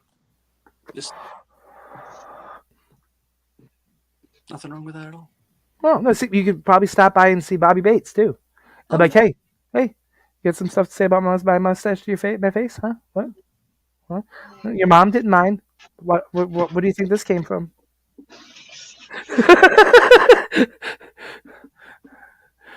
Yes, she had me call her mommy. Yeah. Because then you can turn the down thing around too. Yeah. It's like Though if it gets any serious, you get to call me Poppy. There you go. Yeah. God damn. I think it's just about time I charge my funny F batteries. Yeah, and we got, let's see, 5, 4, 3, 2, 1, 4 hours. And that would be the perfect time to close at 4 hours, but we missed it because AB was counting down, and that's why he's under the shit right now. It's actually right on his forehead. There you go, 4 hours. 4 hours, yeah. So anyways, this is probably a good time to call it. Before doing, once again, if I haven't reiterated enough, anyone that is actually still listening to this or has watched this or is watching this, I really do appreciate you guys. For the people, people in Belgium who download, thank you. I love you guys. Spotify folks, thank you for listening. YouTube replay watchers, anyone that watched today on Twitch or maybe later at some point, anyone that catches us on any of our other social medias, our other locations, whether it's the Hub, whether it's the fans, whether it's the Linktree, whether it's on Samsung Podcast, Google Podcast, Apple Podcasts, Spotify, everywhere, anywhere that you can find us, which is literally almost everywhere that they will let me whore us out to. Okay. We are cheap. What can I say? That's why we need your money, which we also have the Patreon, also at Shoot the Shite. But thank you. You can find us anywhere and everywhere. Exactly. And you can always count on us, even us not knowing what we're doing with our life. That's why we could use your money to help us fix this. Because everyone knows money does in fact buy happiness, because you can be a far happier crying in a Cadillac than you can in a ditch. I'm just saying. Something about that warm seat and the revenue. Anyway, so yes, again, thank you. It's been fun. It's been real fun, I think. No, that's not how the line goes. At this point, I'm just rambling. So this is when I know it's really time to call it quits. Does anyone have a closing statement they'd like to make? No, because this isn't the courtroom, but go ahead if you want to say something. Potatoes. Potatoes, it is. Toes for the young lady who's no longer in the comments section. I think they may have timed her out earlier for all of the repeat of the exact same thing. I gave off a spam impression. So, thank you everyone again who did or didn't. Fuck you if you didn't. Tell your mom I'll be there later. Not you, Aiden. But anybody else? Well, not you either, AB. Just, tell your sister. I mean, kidding. Thank you again. You never know. I mean, I have asked in previous time frames whether or not she was single, but We've heard if you want my mother, you can have her. You just got to find her first. Ooh, maybe all I have to do is pull up my dick and she'll find me. Maybe. Well, it is possible. Put some fucking pour some Coke on it, and then she'll definitely find it. Ooh, that's something everyone can enjoy. Yeah. Get a little bit of that pixie dust. Shh, we weren't supposed to tell people what I was talking about. The special sugar. Special sauce. Special sauce. It's seasoning for your coffee. Yeah. Yep. The best part of waking up is cocaine in your nose. What? On that note, don't do drugs, kids. They're incredibly fun and addicting, and you'll be interested in living a more exciting life, but it's not good. Okay, I don't know why yet, but it's not. Do not do drugs. Yeah. Say no to drugs. Say yes to hugs, unless they're a pedo. We won't revisit the earlier comment, just because we don't want anyone to legitimately take a swan dive. They have taken a beating, and we love you, AB. It's not worth it. But But yeah, thank you everyone, and it's been a great time. Thank you, Aiden, for joining us on the last minute. It's been fun getting to spend some time on air with my son, talking about We'll something definitely do that this we again. all enjoy, and let's hope CD is not OD'd. I don't think he is, but you never know this day and age. He might be OD'd on shit or lack of sleep. Maybe. To find more toilet paper. Oh, we never touched on that, guys. That'll be for next time. Yeah. And on the next time situation, there might be a slight hiccup again and when a new episode drops, but I want you to stay tuned because I'll do my best to keep you informed through social media. Pretend you love us if you have to. I don't care. Just, can't you tell very clearly we're suicidal? We need the love. Just give it to us, okay? Just give us money. You don't want to be responsible for what might happen. No, you don't. And for anyone watching, you can see the sadness in that face right there. That's the face of someone who looks like they just want to touch a puppy. And by a puppy, I mean a titty. And by a titty, I mean not their own. Do you really want to see us go through this anymore? And if you do, feel free to tune in the next time we come on air, which I will let you guys know when that's going to be. Small hiccups in production and timing. Things always happening. Maybe this thing will be just a one-time thing. Well, this is technically the second time, so this might be a two-time thing, but we're going to try not to make it a two-time thing. Small hiccups in the beginning. Well, if we don't hurry up and fuck off, we're going to run everybody off and they're never going to come back. This is a perfect time for the closing of the greatest promo that ever existed. You guys are still here? Go home. Party's over. What the fuck? Why are you still here? Why are you still here? It's over. Go home. With that, the party is over. Thank you again, and see you when we're back, whenever that is. Adios.